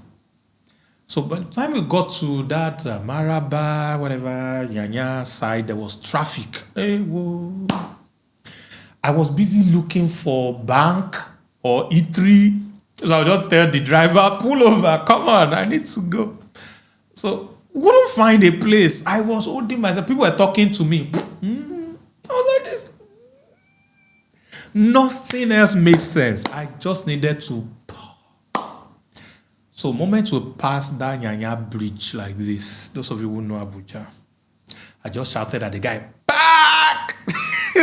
He was like, what's going on? I said, back! The moment he back, I just came out. I just did my business out there. I didn't care who was looking. I did my business. I finished. I was like, can we go now? Yeah. What were you people saying? I could hear. So, pain points blinds your sensitivity to other things. It focuses on that pain. It's a big deal. It focuses on that pain. So your ideal customer, the people that will bring money to your pocket, all right, are identifiable through pain points. All right, that's the P. That's the first part. The second part is R, which means reachability. I call it market access. All right. Where are they? We know the thing that are paining them. We know the problem they want to solve. Or how can we reach them? Reachability. Write it down. We're going to deal with all of this, we'll go in depth.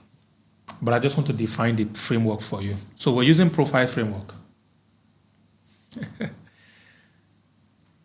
The third one, this is very important. What is their desired outcome? All right, so this is outcome desired. So we didn't put desired outcome because O fill into the profile. So outcome desired. So this is talking about what happens after the pain point is taken away. What happens after the pain point is taken away? All right, what they desperately want, their transformation, the results that they want. All right, and then we'll go to F, which is the most important part, financial capacity. Can they pay for this outcome that we are talking about? Can they pay for this outcome that we are talking about? Are you with me, guys?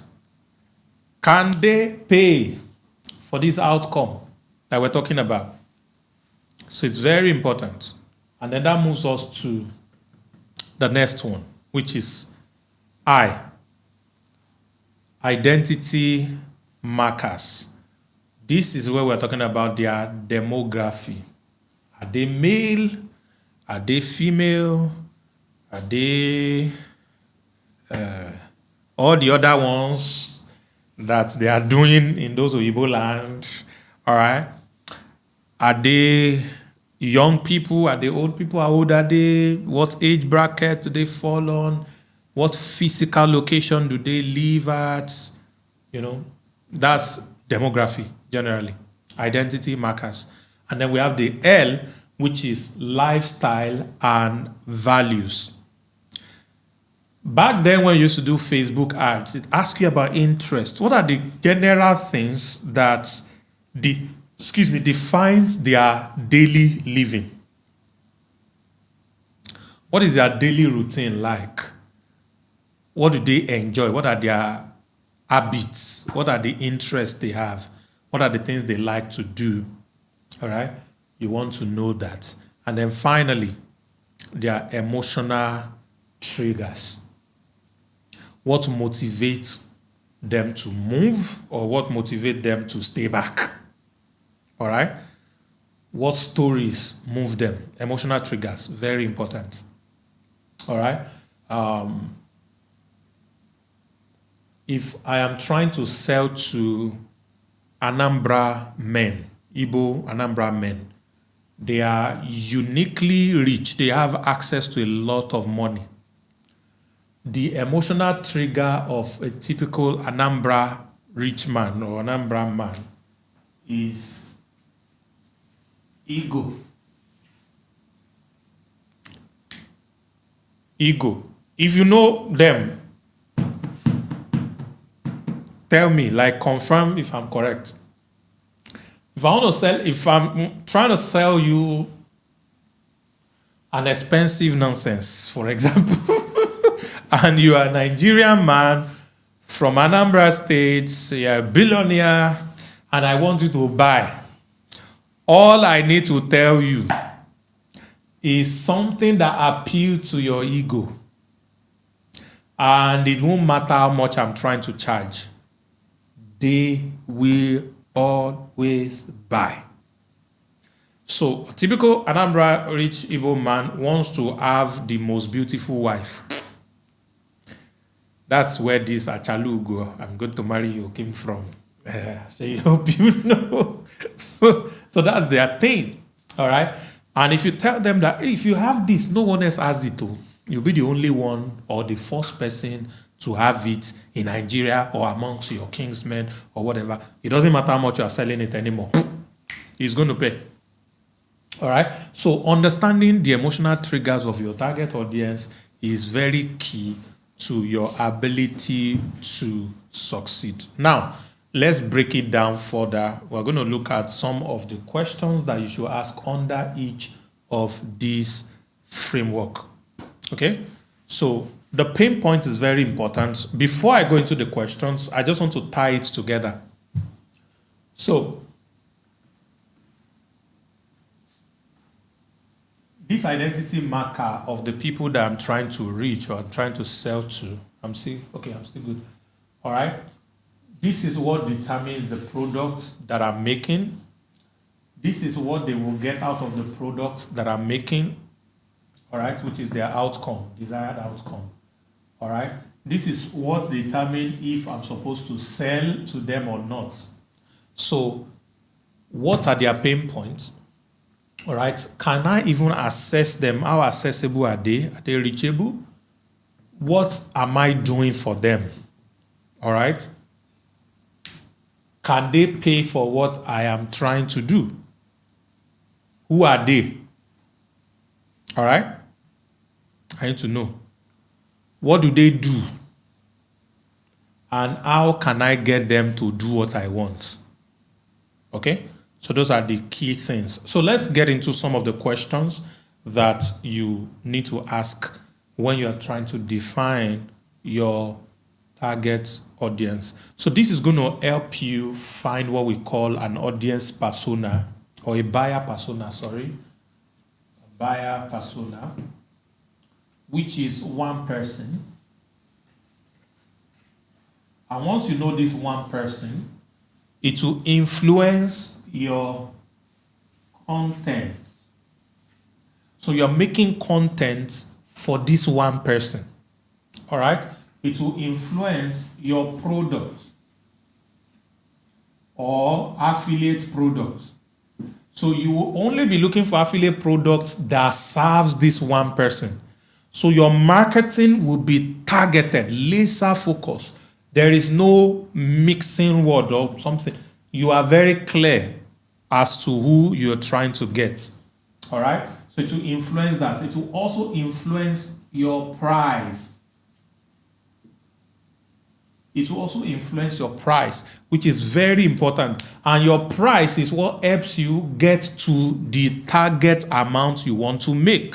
So what does this mean in essence? So let's go to class a little bit. If I'm trying to make, If I'm trying to make $10,000, all I need to be able to do is my magic number. I need to calculate my magic number in order to make my $10,000. So let me put my stuff here. So So you hear me. So in order to be able to make my $10,000. So if I can sell something of $1,000, I will need 10 people to sell it to per month in order to make $10,000.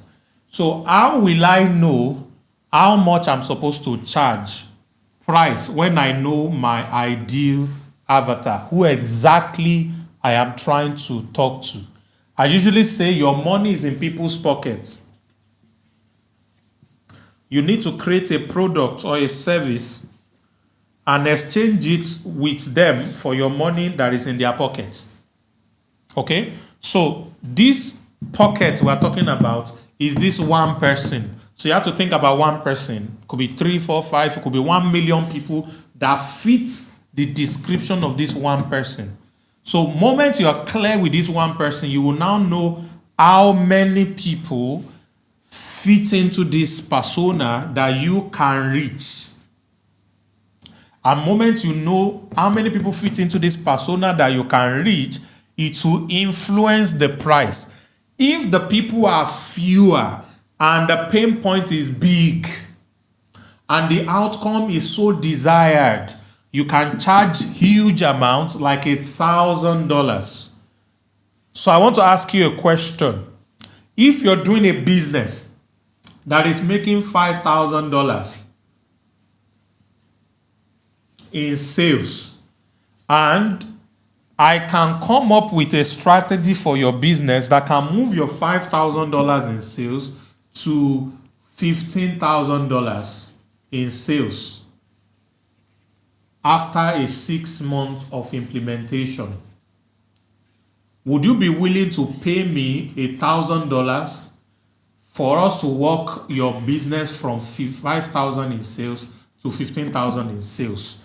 Let's say your total profit margin here for every 15,000 you make, you're getting like 8K profit. From here, let's say you're making like 2K in profit. So you move from 2K to 8K in profit.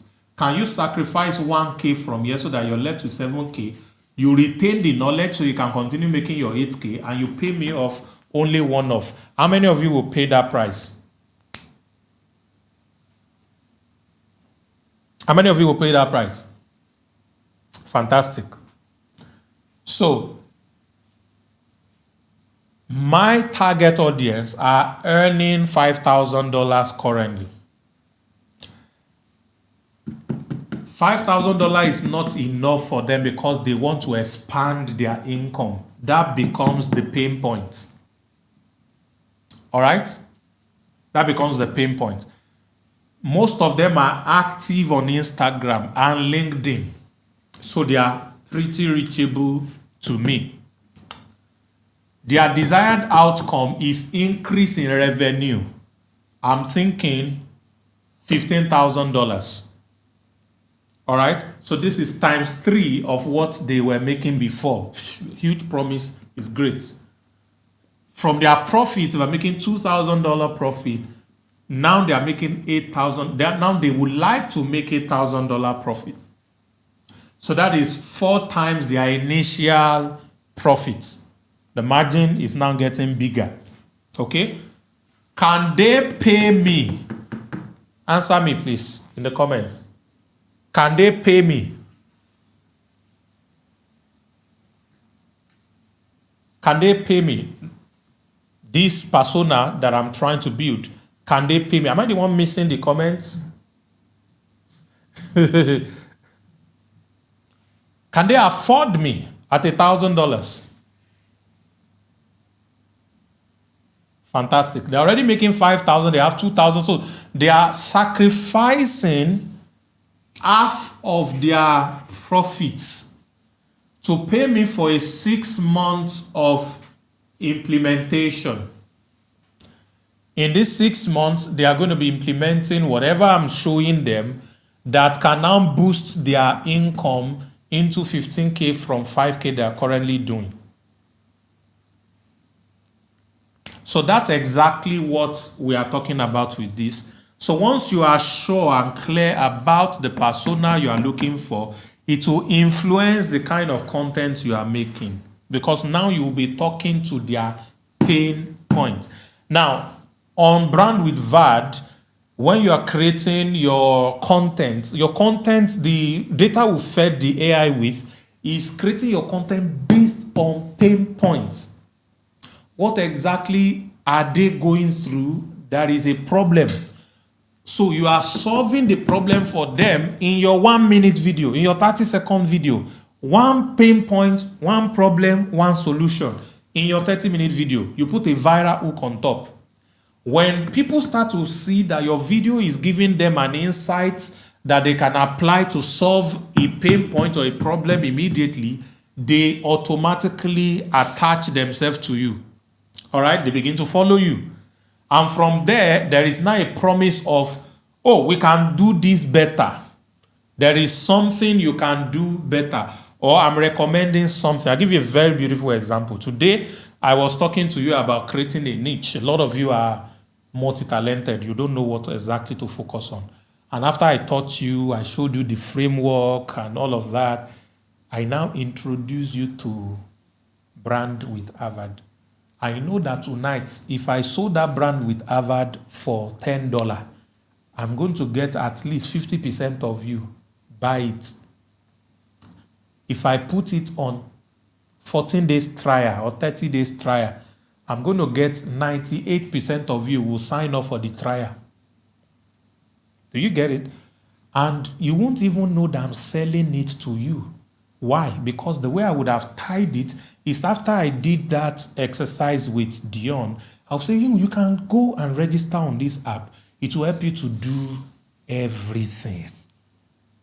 So I'm recommending the app, all right, which is not me selling. So I won't say it's like, okay, so now that I've taught you, now I want to sell you my app. And I see this app, I use the app to teach you.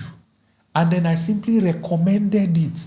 Then it becomes a no-brainer for you to pay for it if you can afford it. So that affordability, provided you are my one person. So it's easy to sell to you. All right? So that also determines, all right? That also determines the kind of products that I also sell. Who my target audience are, or my target audience is. Let's use a singular person representation for it. Who the person is determines the kind of content I make, because that's what's going to attract them to me. It determines the kind of product I'm selling or recommending as an affiliate or as a business owner or services. It also determines the price point at which I'm able to charge. So, depending on who they are, that's what's going to determine. Now, question. This person that is making $5,000 in revenue, $2,000 in profit, if I promise a business growth strategy, training, personal brand marketing, offer engineering, lead magnet engineering, all kinds of products, coaching program, mentorship, whatever, and then I'm charging them $5, what will happen? Let me see how much of many of you have been following me. What do you think will happen if I'm offering a training to someone earning $5,000, $2,000 profit, and I'm charging it at $5, or let's even say $10 so that I can follow the same thing? What do you think will happen? Give me in the comment. What do you think will happen? It's a massive response, okay? He will doubt. Thank God. Jordan got it. Jordan has been a good student. All the way from Cameroon. Shout out to you. They will automatically... It's one of those things. This one wants to waste my time.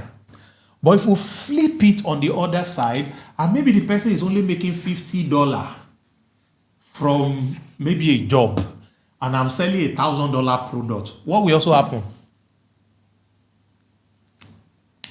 They will love what I'm saying the way a lot of people love Bentley and Rolls Royce. But a lot of people know that in this life that they came, they may never even touch one, talk less of sitting inside one, talk less of owning one. So that is why the owners of Rolls Royce does not advertise where the majority of people are, because they don't want to see they don't want people to see their product as something to aspire to buy, as a major expenses. They want people to see their product as an impulse buy.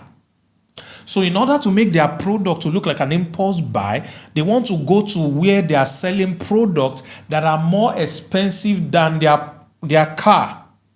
So that people will go to shop for that expensive product. When they see Rolls Royce just add two of these for me. Their product now become a add-on. Hey, something get it. So they go and showcase Rolls Royce where they showcase private jets or yachts. So that's where they put their Rolls Royce. So people who are buying private jets or yachts will see a Rolls Royce. I like this one, add it. Simple as that. So they are not going to showrooms of cars where people that have money for Corolla, this crazy one, they used to do Uber. They go there to wear suits because they have listened to some other training. They say, yeah, car, let's give me key, let's test run. So in that showroom, the most expensive car is Rolls Royce. So people don't go there, they are not going to buy. But Rolls Royce understand that we need to position our product to look like an add-on. So which environments do people go to buy a product that makes our product look like add-on?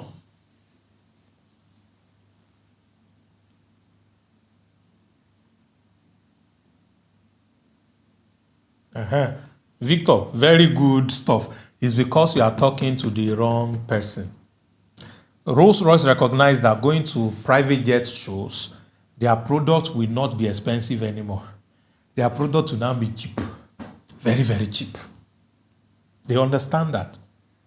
They understand that one of the best places they want to show their car is during the Grand Prix in Monaco. That's where they want to demonstrate their cars. Why? Because the billionaires of the world, this is where they gather every year. People who can say, oh, Rolls Royce, give me 4. Oh, give me, what color do you have? All right, not how much is it. Well, how many colors do you have? How many can you supply in the next 6 months? That is the language of such people. So they position themselves for that one person. Please, guys, do you understand everything I've been ranting since? Do you understand it? So the clearer we are about the profile of our one-person buyer, it determines the content we're going to make. It determines the products that we can offer to them and also how much we're able to charge. Now, this price is important. Remember, what we're trying to build is an income of $10,000. All right? You can make your own bigger. There are different ways to get $10,000. You can do a $1,000 product, to 10 people. You can do a $100 product to 100 people. Now, 100 people to 10 people is times 10. That's a lot more people. And you can do a $10 product to 1,000 people. From 10 to 1,000 is 990 people. It's a whole lot of people. So, but how would you know? The moment you're clear about the persona, then you will now know how many of them exist. How many of them can you reach? If there are a lot of them that you can reach at that price point, now it becomes a good business. So it doesn't matter the fact that you're charging $10, you can easily reach 1,000 people. So that is how these two works hand in hand. You're very clear about what you are selling, who you're trying to reach. You're very clear about it, and then it makes all of the difference. So let's break this profile down with the following question. Let's start with the P, the pain points. Very important. So ask yourself these questions. What problem keeps them up at night?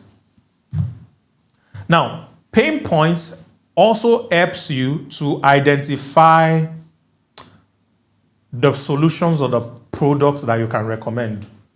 Okay, so you have about 5 or 10 digital products.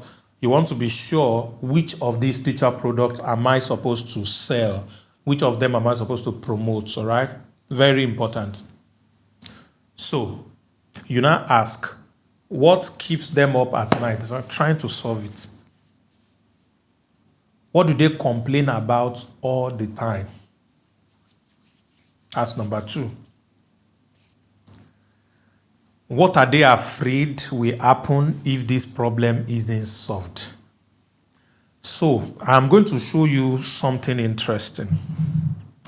Let's make this very practical, and I don't even mind which one it is. If you have any products, type for me your product in the comment section. I want to take this to another level for you right now. Type for me your product in the comment section. You have any products? Oriflame is not a product. you have any product, type for me your products in the... Okay, you are air vendor, so you have air. What kind of air? Let's work with Henry. Let's work with Henry. Henry, can you... how do they even do this thing now? Okay, so... Can you raise your hand? Okay, I think I can see you, so I can ask you to unmute. Can you talk where you are? You are. Whoosh. Henry?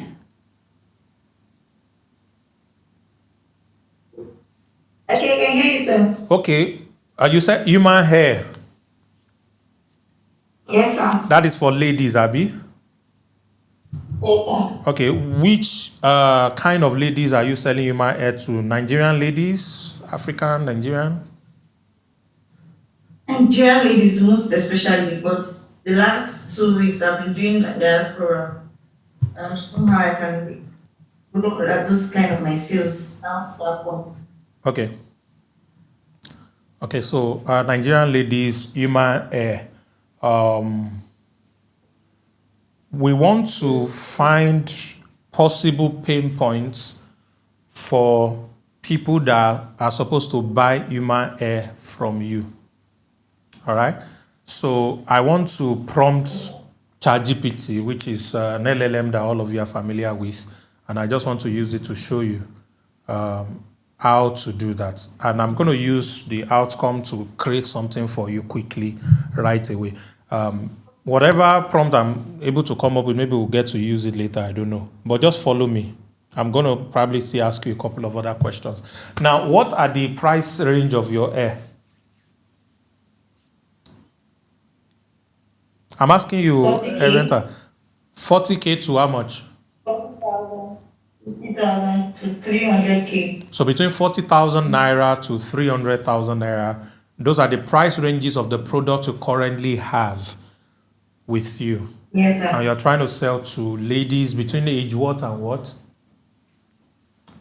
Age 18 to 55 thereabouts. Okay, 18 to 55. What city in Nigeria are they likely supposed to be? People who can afford to pay 40K to 300K for human hair. Abuja, where else? Yes. Huh? Abuja, Kaduna. Why haven't I had Lagos? I was thinking it was going to be the first. So most of them will have their sales from buying from Lagos already. So. Okay, so we're looking at the northern part of Nigeria for you. Okay, so let me work on something quickly. Just watch me. I hope this thing works. Let me test. Hello, I just want to test if you are working, and if you are not working, you can get out of my screen. Thank you. Let me see if it's working. Okay, it's working.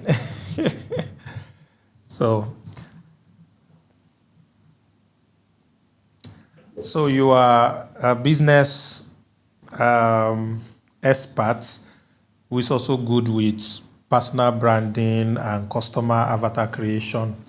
I am an hair vendor who sells human hair to Nigerian ladies between the ages of 18 to 50. And the prices of my hair pieces, human hair pieces, ranges from 40,000 naira to 300,000 naira. And I'm trying to reach my target audience or specific target audience, but I need to know what their pain points are, because I believe I can connect with them easily when I'm clear about their pain points, which my beautifully made human hair can solve. So for the customers who are supposed to buy this hair from me, I want you to help me come up with about 10 unique specific pain points that they have, which will help me determine the kind of content I can make in order to attract them, which will also help me determine which of my products, which of the hair types I can recommend to them, and also will help me determine the kind of price that I'm going to be charging them for any of my products. So come up with 10 different pain points for me. Okay, so that's the way I prompt. I prompt by talking and just gisting with the stuff, and then he's going to give me what I want. And bams, I'm not showing you what I'm doing already. Let me show you. Sorry. This is it. So absolutely, Sam. Let's break it down. You're selling premium human hair to Nigerian ladies ages. Okay, so we have this ages. Where did I stop? 18 to 50. So these are their pain points. I want to look classy and expensive, but I can't afford luxury hair every month. Can you see this, Renta? Yes, sir. That's the first pain point. Number 2, my natural hair is too stressful to manage, and wigs makes life easier. So the first one here are people who want to look classic and expensive, but they don't have a lot of money. So can you tell them that there is a way a 40,000 naira human hair can make them look like they are wearing a 3 million naira human hair? Is it possible? Tell me. Arienta, are you there? Are you asking me now? I'm asking you. Is it possible? It's possible. Okay. I didn't even know this part. And what I'm saying is, can you make a content showing how to make this hair look like a 3 million naira human hair, even though it is less than 100K? Yes. And then you do a before and after or a get ready with me video showing how you style the hair, how you wear it, how you package and dress, and you look beautiful.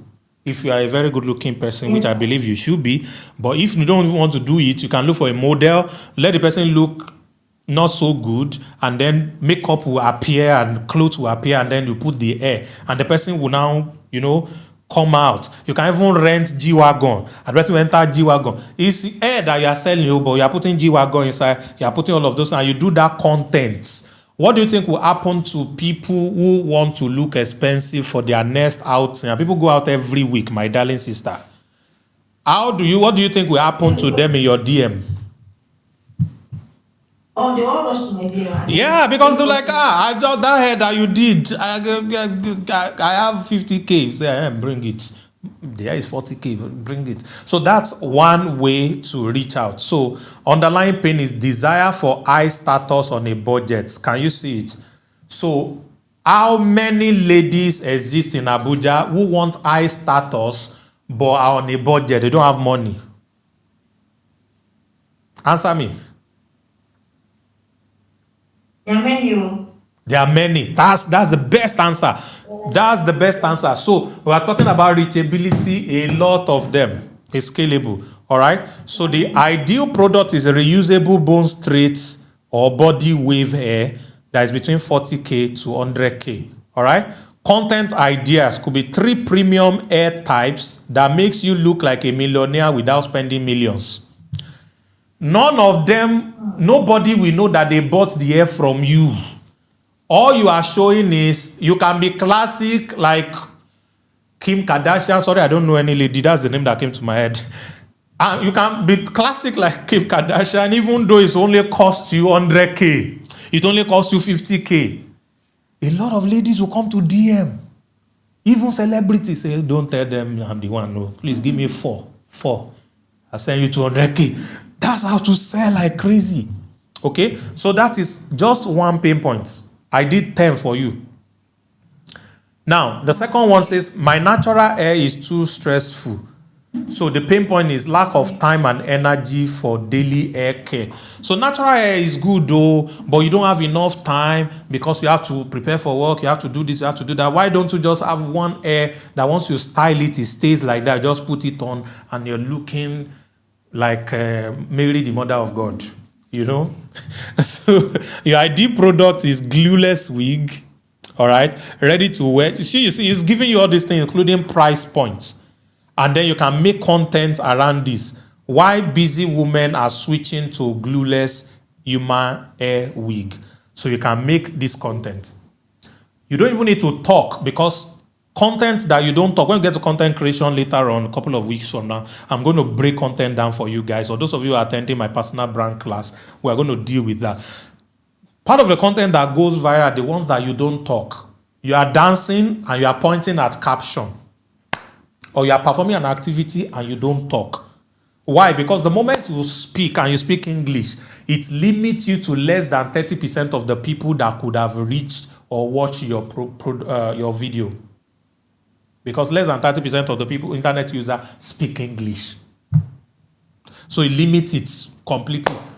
But that's why people like Kabilim, their content goes viral because they don't talk, they don't speak any language, so everybody can relate to it easily. So one of the sweet content hack is to simply not talk. Okay? So that's that. The third one, my synthetic wig embarrasses me in public. It tangles and looks fake. This is a pain point. All right? So you can give them 100% virgin hair. There's so many things here. There are a whole 10. All right? So would you like me to create a customer avatar for each of these products?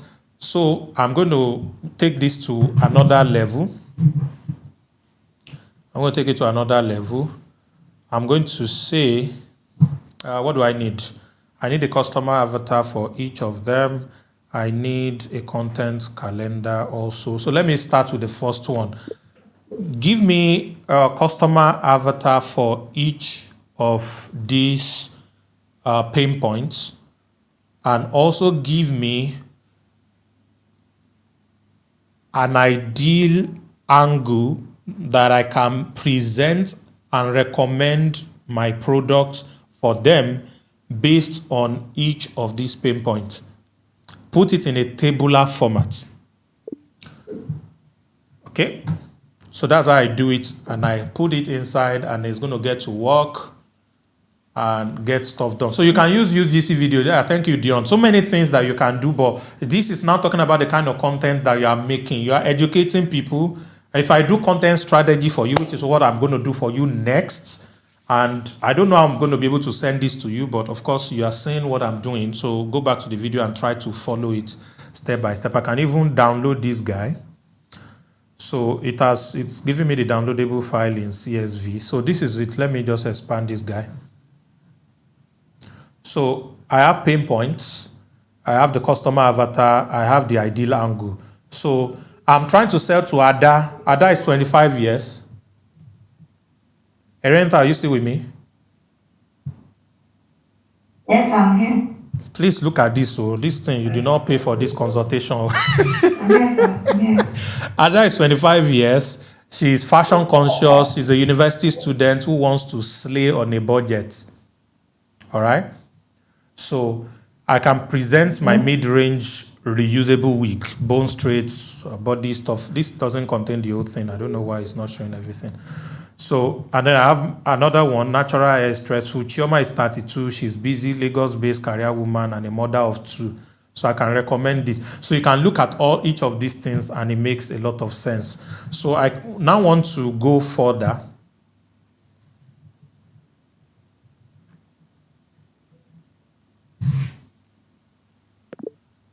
Now, I want you to help me plan a 30 days content calendar, and I want you to go with about 5 content pillars that I can make content around, and then let the 5 content pillar repeat itself throughout the 30 days period, and give me the major pain points that I'm trying to address for each of the content pillars, the content idea and the title, explain the title, explain the content idea, what I'm supposed to do, and give me on the final column a script that I can develop in order to make these videos.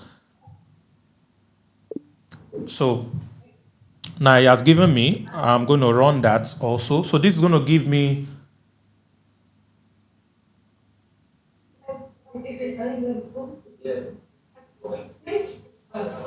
Erenta, I can hear sound though. Are you with us? I'm with you, sir. Okay. Okay, so this is working, is still working. Okay, it has come up with it. So here's your 30 days content calendar. So let me expand this. So we have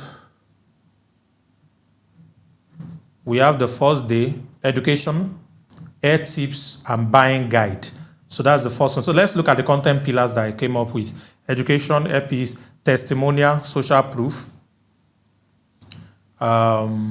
lifestyle aspiration content, behind the scene of brand story, promotional offer and urgency. So this is first 5 days you are selling only one. So this one is directly trying to sell to people. All right. So, and it's repeating it again. So it's doing 5. So out of 5, 1 is selling. So the other 4 are just showing stuff. So the pain points you are addressing, customer don't know how to identify quality hair, what style suits them and how. So there are a lot of people you are trying to sell to who obviously does not know the kind of hair that they are supposed to get. Okay? They don't know. So the title is how to spot fake hair in 5 seconds. So I could also go further and ask this to give me viral hooks that I can use. But this is a viral hook on its own. So I can stand in front of people and say, how to spot fake hair in 5 seconds.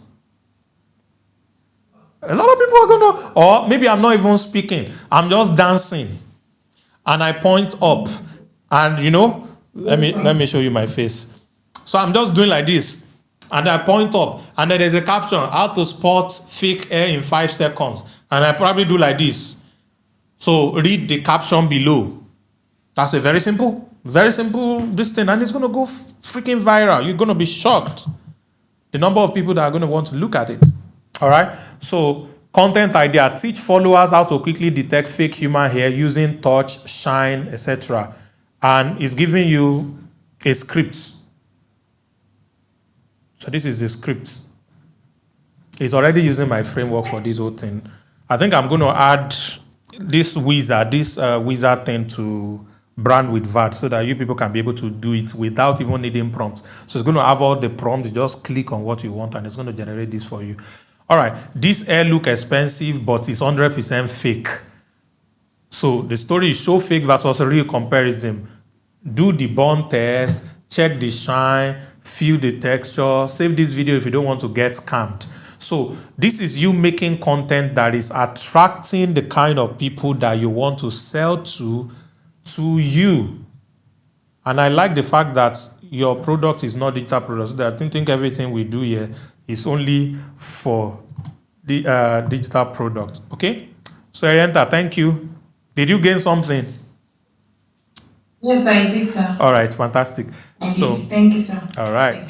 So this ChatGPT you're using, is it a paid version? Because what I had before, it's limited. It's a paid version and it has been trained. Your ChatGPT will not give you this kind of result that it's giving me because I've trained this one. So what I'm going to do is to give you guys access to this inside brand with Ava. That's VAD AI. So I'm going to add it to VAD AI and you can be able to use it for the stuff you want to do. So the purpose of VAD AI, part of the things that I want to do is for every affiliate, when you pick a product, before you go and promote and be sharing link, like all these old affiliates, we don't know what they do. You first need to know who exactly needs these products. Who are the target audience for these products? What are their pain points? How can I generate content that can attract them and I can recommend these products without running ads, organic content, different things. Do TikTok, do YouTube, do Instagram, and people that need that product come to you naturally because of the kind of content you are putting out that is addressing their pain point directly. And when they come to you, you can now recommend that content to them. That product to them easily. And when it starts to work, when those contents start to work organically, you take the same content and use it to run ads. You will thank God because you sell like mad. So that is where we are going into. This is why it's important. Like I said, our case study is not top affiliates. You know the way we used to all these people that show screenshot every weekend. No. Our case study is actually Amazon. You know, Amazon is a structured business. That's how I want you all to be. I want you to be a Walmart. I want you to be a structured business so that you understand the process of all of these things that I'm talking. And it helps you to actually reach out to the people that you are supposed to be selling to, not just jumping around. All right? Yeah, like I said, camera shy doesn't do any... did I not shoot a content? Come and tell them. Come. Everybody needs to show you. I did some content recently for my Dream 100 affiliate that I'm working with for some of my products. Tell them some of the things I did while we're recording. Talk. So you rapped. I rap. Did you hear me, guys? I rap. You dance. I dance. You jumped around a lot. I jump. Did I carry stick? You carry stick. You jump. You dance with suits. You kept pointing up too. Fantastic. Thank you. So that's the person that has been editing my videos behind the camera with this other gentleman that is David. So that's, it's not every time that you just sit and say, hi there, my name is Sam Harvard, and today in this video, I want to tell you how to buy my product. It's not every time. Sometimes I'm ashamed of that rap, but I put rap like there's this music. Let me see if I can get there's this music that it's an Eminem. Is it Eminem or Eminem? Which Eminem? Eminem. You shall know the guy I'm talking about. He's a singer. He used to rap. He raps like a black guy, even though he's an Oyibo. So there's this. I even have it here. This thing is not on. It's not on premium. Oh yeah, advertise. Let me go. Thank you. Mm-hmm.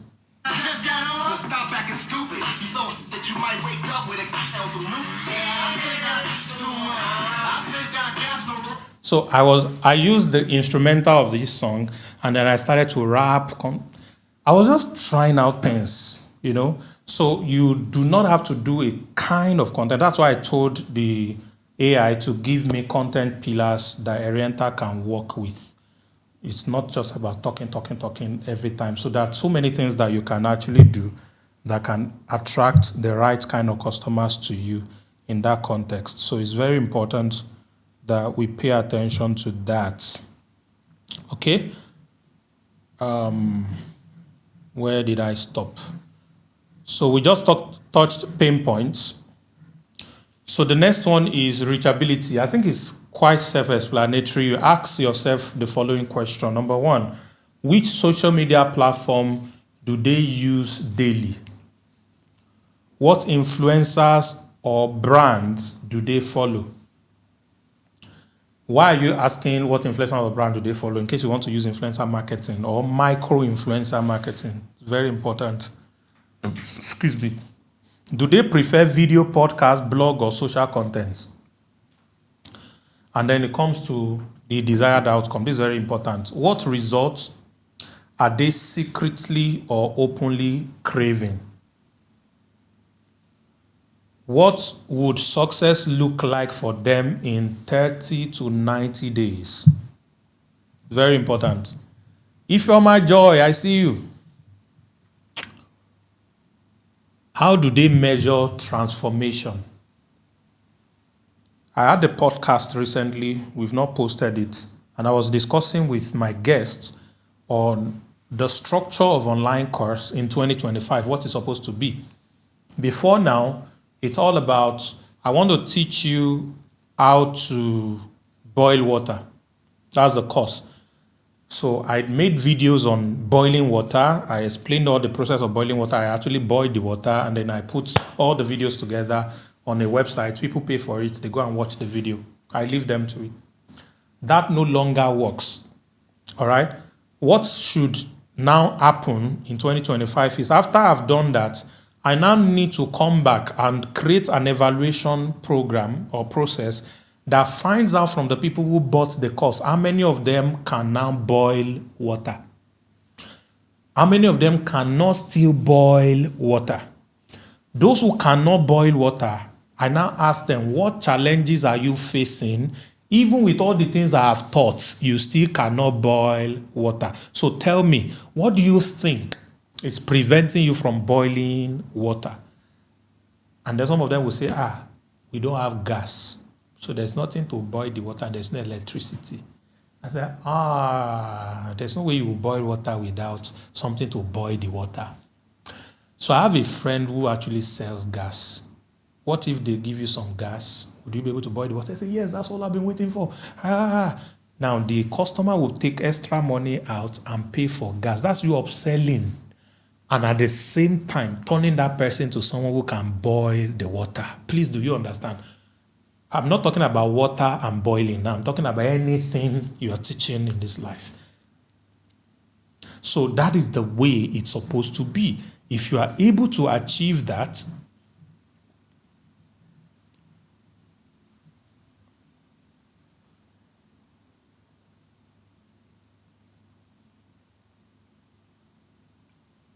how did you create which video is that? So if you're able to achieve that, that changes everything. Abigail, I could have used you, but when I say, what is your product? You say Oriflame. Oriflame is a brand of a company. That's not a product. So it's difficult for me to pick. You could have said weight loss tea. That's a product. So we'll pick that. But it was a renter that was the first person that gave me a real product. And that's exactly what we're talking about.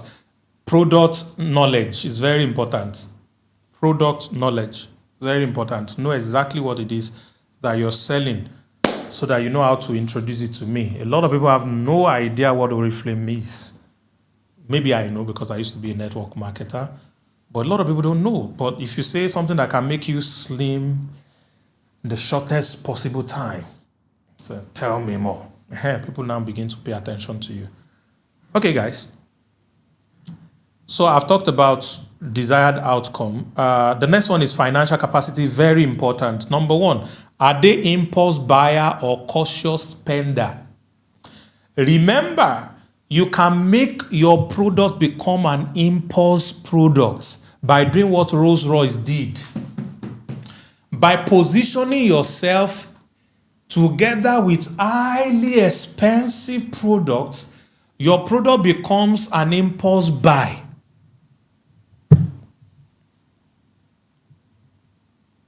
Are you with me? By taking iPhone store to first class lounge in Dubai, buying an iPhone 17 becomes an impulse buy. Who agrees? Who agrees with me? Because an average person who is in that lounge is making a trip. Probably there's someone on the other side they're going and they're thinking about a gift. iPhone 70 or the iPhone store is not positioning itself as a dream product like it is in what's the name of these markets in Ikeja? Computer Village in Ikeja. Before you go to iPhone store in Computer Village in Ikeja, you must have saved money or slots. You must have saved money. Plan it. Say, this is what you even announce. You do party in the house, do testimony in church the previous Sunday that this week I'm going to buy iPhone. You call everybody. They kill cow or ram or goats in the house. You eat, and then the next day you now go to the store to go and buy the iPhone. That is what it is somewhere in Nigeria. But they position themselves to be the impulse buy. These people just spent $10,000 to $15,000 on a flight ticket. And they are seated there. Some of them probably, they're even using private jets. They just spent $40,000 to $100,000 on a flight. And you want to sell them a $1,000 phone. That becomes an impulse buy. It's easy for them to say, give me two. I said, this young man that is sitting, do you want one? Give him one. That's what iPhone becomes. But when you bring the same iPhone to Lagos, it becomes something that people have to save money. Like one of my ladies that produce in the studio here came and we did Thanksgiving that she want to buy a new phone. She came and said, Dr. Sam, I want to change my phone. I will be buying the phone. The money is now complete. I said, oh, praise Master Jesus. I said, hallelujah. I said, yes. So the next day, you have not bought the phone. He said, yeah, I will buy it tomorrow. And the money is complete. And she bought the phone. She came to the studio, said, see the phone. We say, hey, all of us dance. We're happy. Phone will not reach 1 million naira. So when you get here, that becomes something you plan. So you don't just. But what if they take that phone to where people spend a lot of money naturally?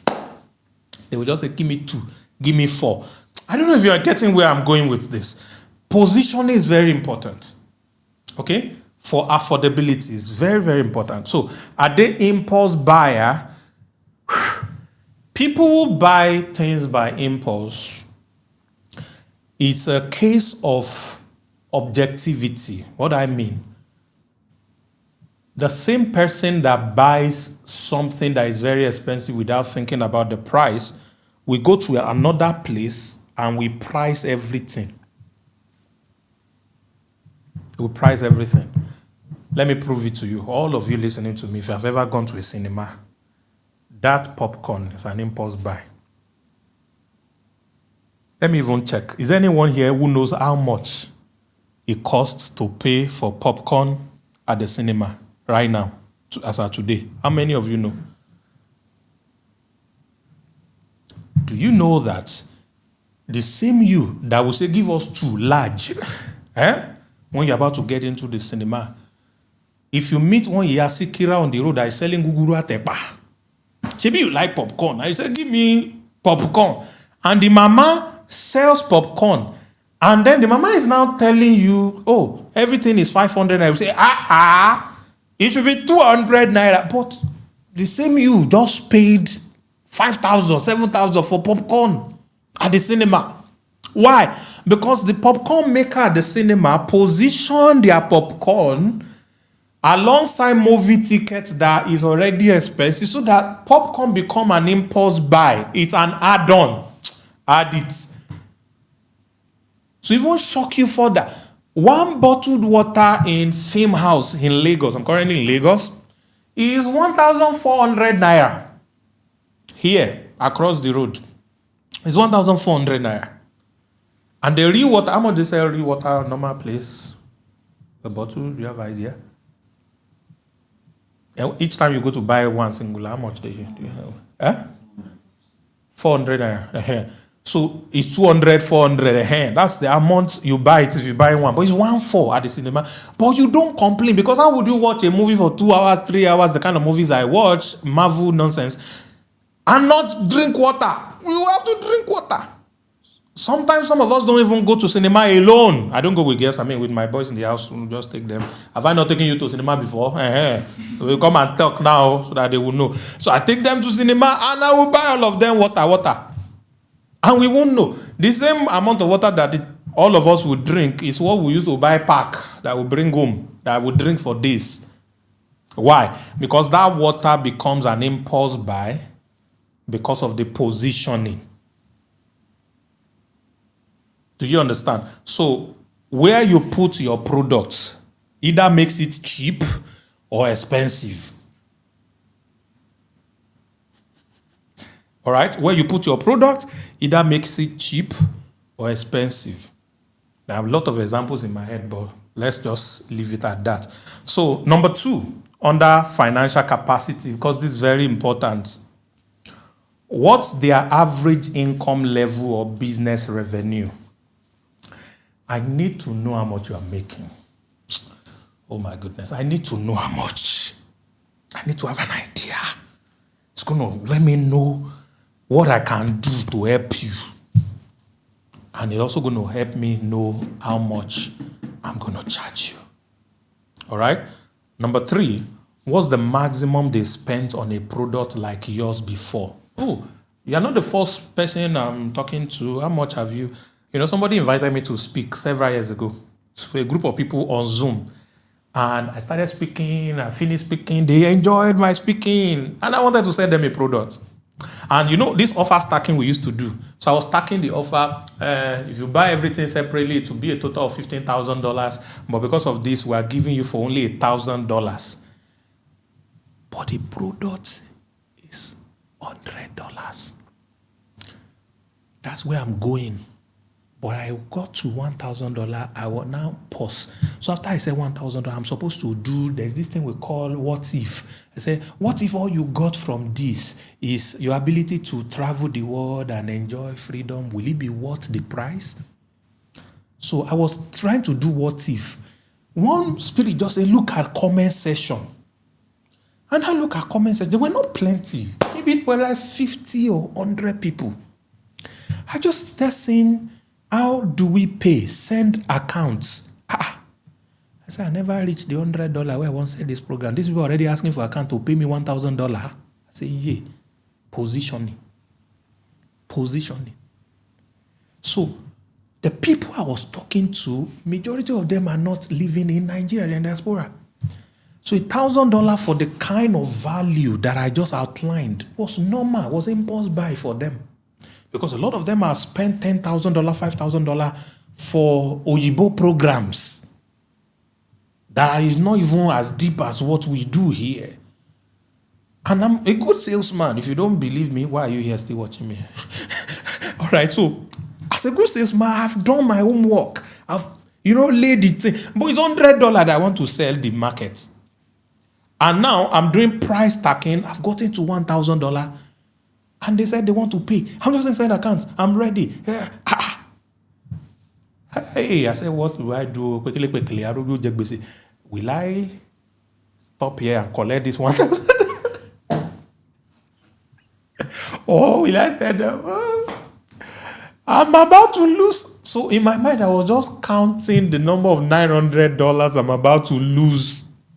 Hi, positioning is everything. So the next one, identity markers.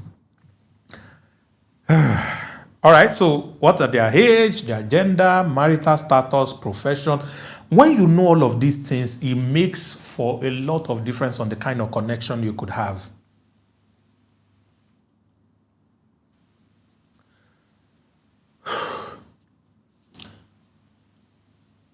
There's a story a mentor once told me that he went to make a presentation to one powerful person one time, and it took him a whole lot to get an appointment to meet the guy. So he has been planning, praying and fasting and wondering that when he goes to make this presentation, the guy will like his presentation and decide to give them the contract. And the moment he got to his office and they asked him to come in, all these big, large offices. So the man was still doing whatever he was doing. He wasn't really even looking at the guy that walked in. So the guy walked in and then saw him like, gentleman. So he said his eye just went to the table of the man and he saw one effigy, something like that, a football, Manchester United. And he didn't say good morning to the guy. He didn't say, my name is the Dr. So-and-so. He didn't say anything. The first thing he said? He said, you're a Man U fan. And the man, we know they smile, we everybody they fear, say, are you a Man U fan? He said, yeah, correct, give me up. We went there. Said that guy say he's a Liverpool fan. No, he's not Man U, but that day he became Man U fan. He said before, they don't talk for like 30 minutes. Before the man said, you came here for something. Say, is that contest? Said, that one, they have not. You will have it, we will win the league. I will win the league. Man U. Just like that. All right. So because the program, the contract he went there for has absolutely nothing to do with Man U or football. But just by knowing something about the persona of your target audience, you can connect based on that. So that connection happened based on Man U. And my guy, I think it's Arsenal. My boss was Arsenal because I'm Arsenal. All of us are kind of Arsenal. We know they win. If you had gone and said it was Arsenal, you don't finish. But the moment you saw the guy, Man U, just say Man U. If you was going to do something for me, and I know you support Messi, I'm a Messi fan. That day, we'll go talk Messi. But naturally, I'm Ronaldo, you understand? So you can find something to connect with them, all right? Where they live. Are they beginner, intermediate, or advanced in their field? All right? Then the next one is L, which is a lifestyle and value. What do they value the most? Freedom, success, faith, family, sports, like I just mentioned. So what are the things that are valuable to them? How do they spend their weekend? All right? How do they spend their weekend? What book, shows, or hobbies do they love? It's very important. Very, very important. Very, very important. The first girlfriend I had in my life was because she's an Arsenal fan. That was what connected. Oh my goodness. All right, and finally, emotional triggers. Emotional triggers. What language or phrase steers the emotion? You got to know. Are they afraid of failure, rejection, or being left behind? Now, I want to focus on one thing. Do they like to be pushed or pulled? We have push or pull. Okay? They like to be pushed or pulled. Some people like to be pushed. Some people like to be pulled. To push people is to sound like you are a failure. You can never make it.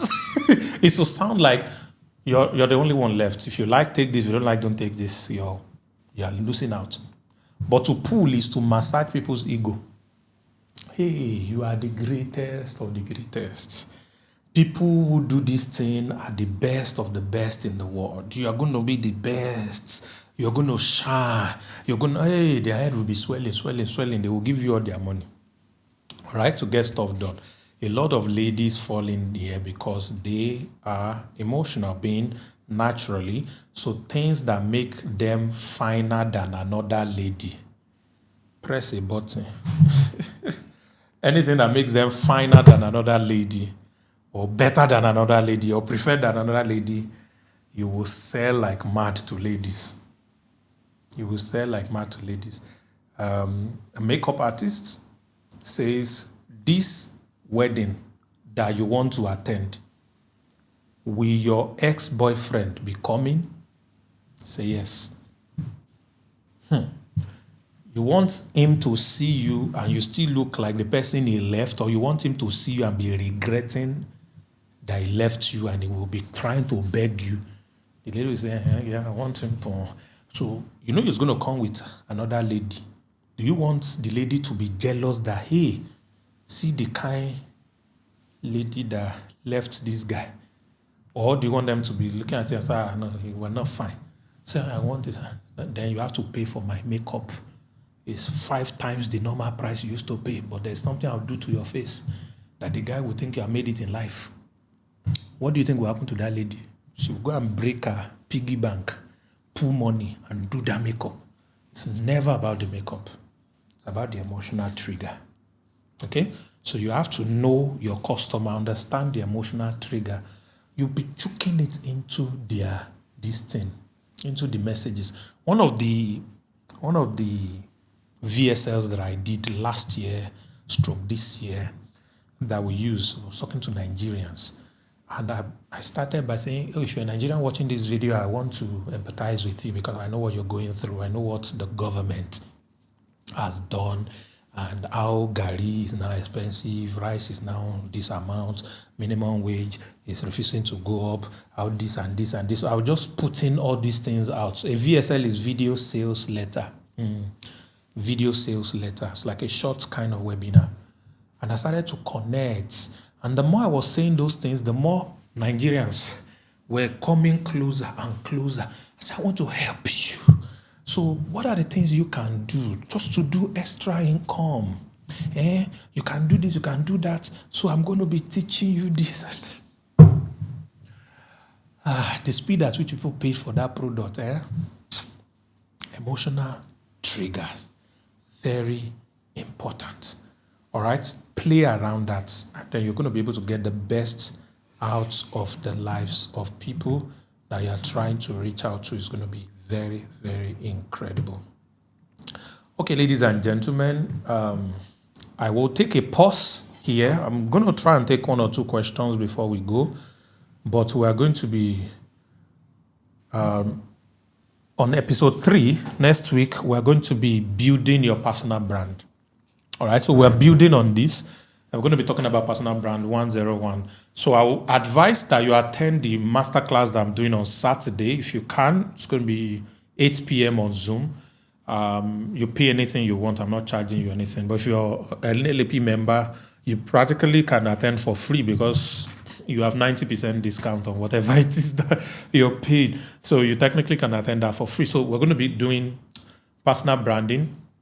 And then at the family meeting, we're going to be building a personal brand together because now that we know our niche, we want to build a brand. And I'm going to be going into a lot of deeper stuff that I want to give to you going forward. Now, I will take a question. If you have a question, you can raise your hand. I can take 1 or 2 and then I'll be I'll be going. I hope you have learned something. Now, before you go, let me see what assignments I can give you as class work. Where are you?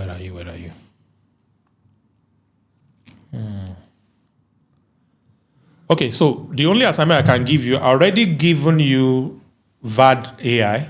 So work on VAD AI, do all the things that are there. Then I want you to work on your ideal customer avatar using the profile framework. Who is that one person that has your money in his or her pocket? Who is that one person? Before next week, I'm going to be putting the profile stuff inside VAD AI, so you can be able to get this done in VAD AI and then also use it to generate your content strategy. But we're going to take those things step by step and be able to get it all done. So please, between now and next week, I need you to work on your customer persona. All right? I think from next week, we're going to be going into LAP platform and pick one or two things for examples in order to teach. Remember, our goal is to build a $10,000 business, and I'm going to take you there in 52 weeks. This is just second week. Have you learned something? All right, thank you very much, everybody. I'm going to see you next week. Let me allow you go and prepare for your week. Have a wonderful, powerful week.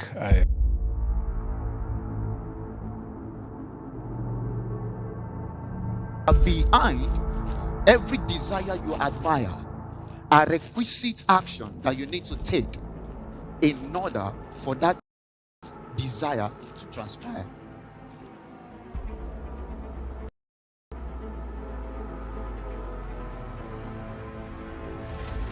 I want to say welcome, Accra, Ghana, to the 40 Streams Conference. Here in the hall, you connect with great mentors. You get information that will make you relevant in your generation. And just the lack of this information can cost you another 10 years of frustration. It's not a question of whether you can make money online. It's a question of what systems are you aware of that you can take advantage of to make money online. So we are not looking at individuals that are just doing the thing. We are just looking at a crop of people who are banded together, seeing themselves as a team that is making a transgenerational change. Until you take that decision and say, like the biblical character called Esther, if I perish, there won't be any change. Most importantly, will you take action repeatedly? Because action is not enough. Taking repeated action is what creates results. The key is what? Focus. Please, ladies and gentlemen, That's right. with a standing ovation, we want to welcome into this hall, That's right. Mr. Yes. Kwame and Sam Harvard. Put your eyes together.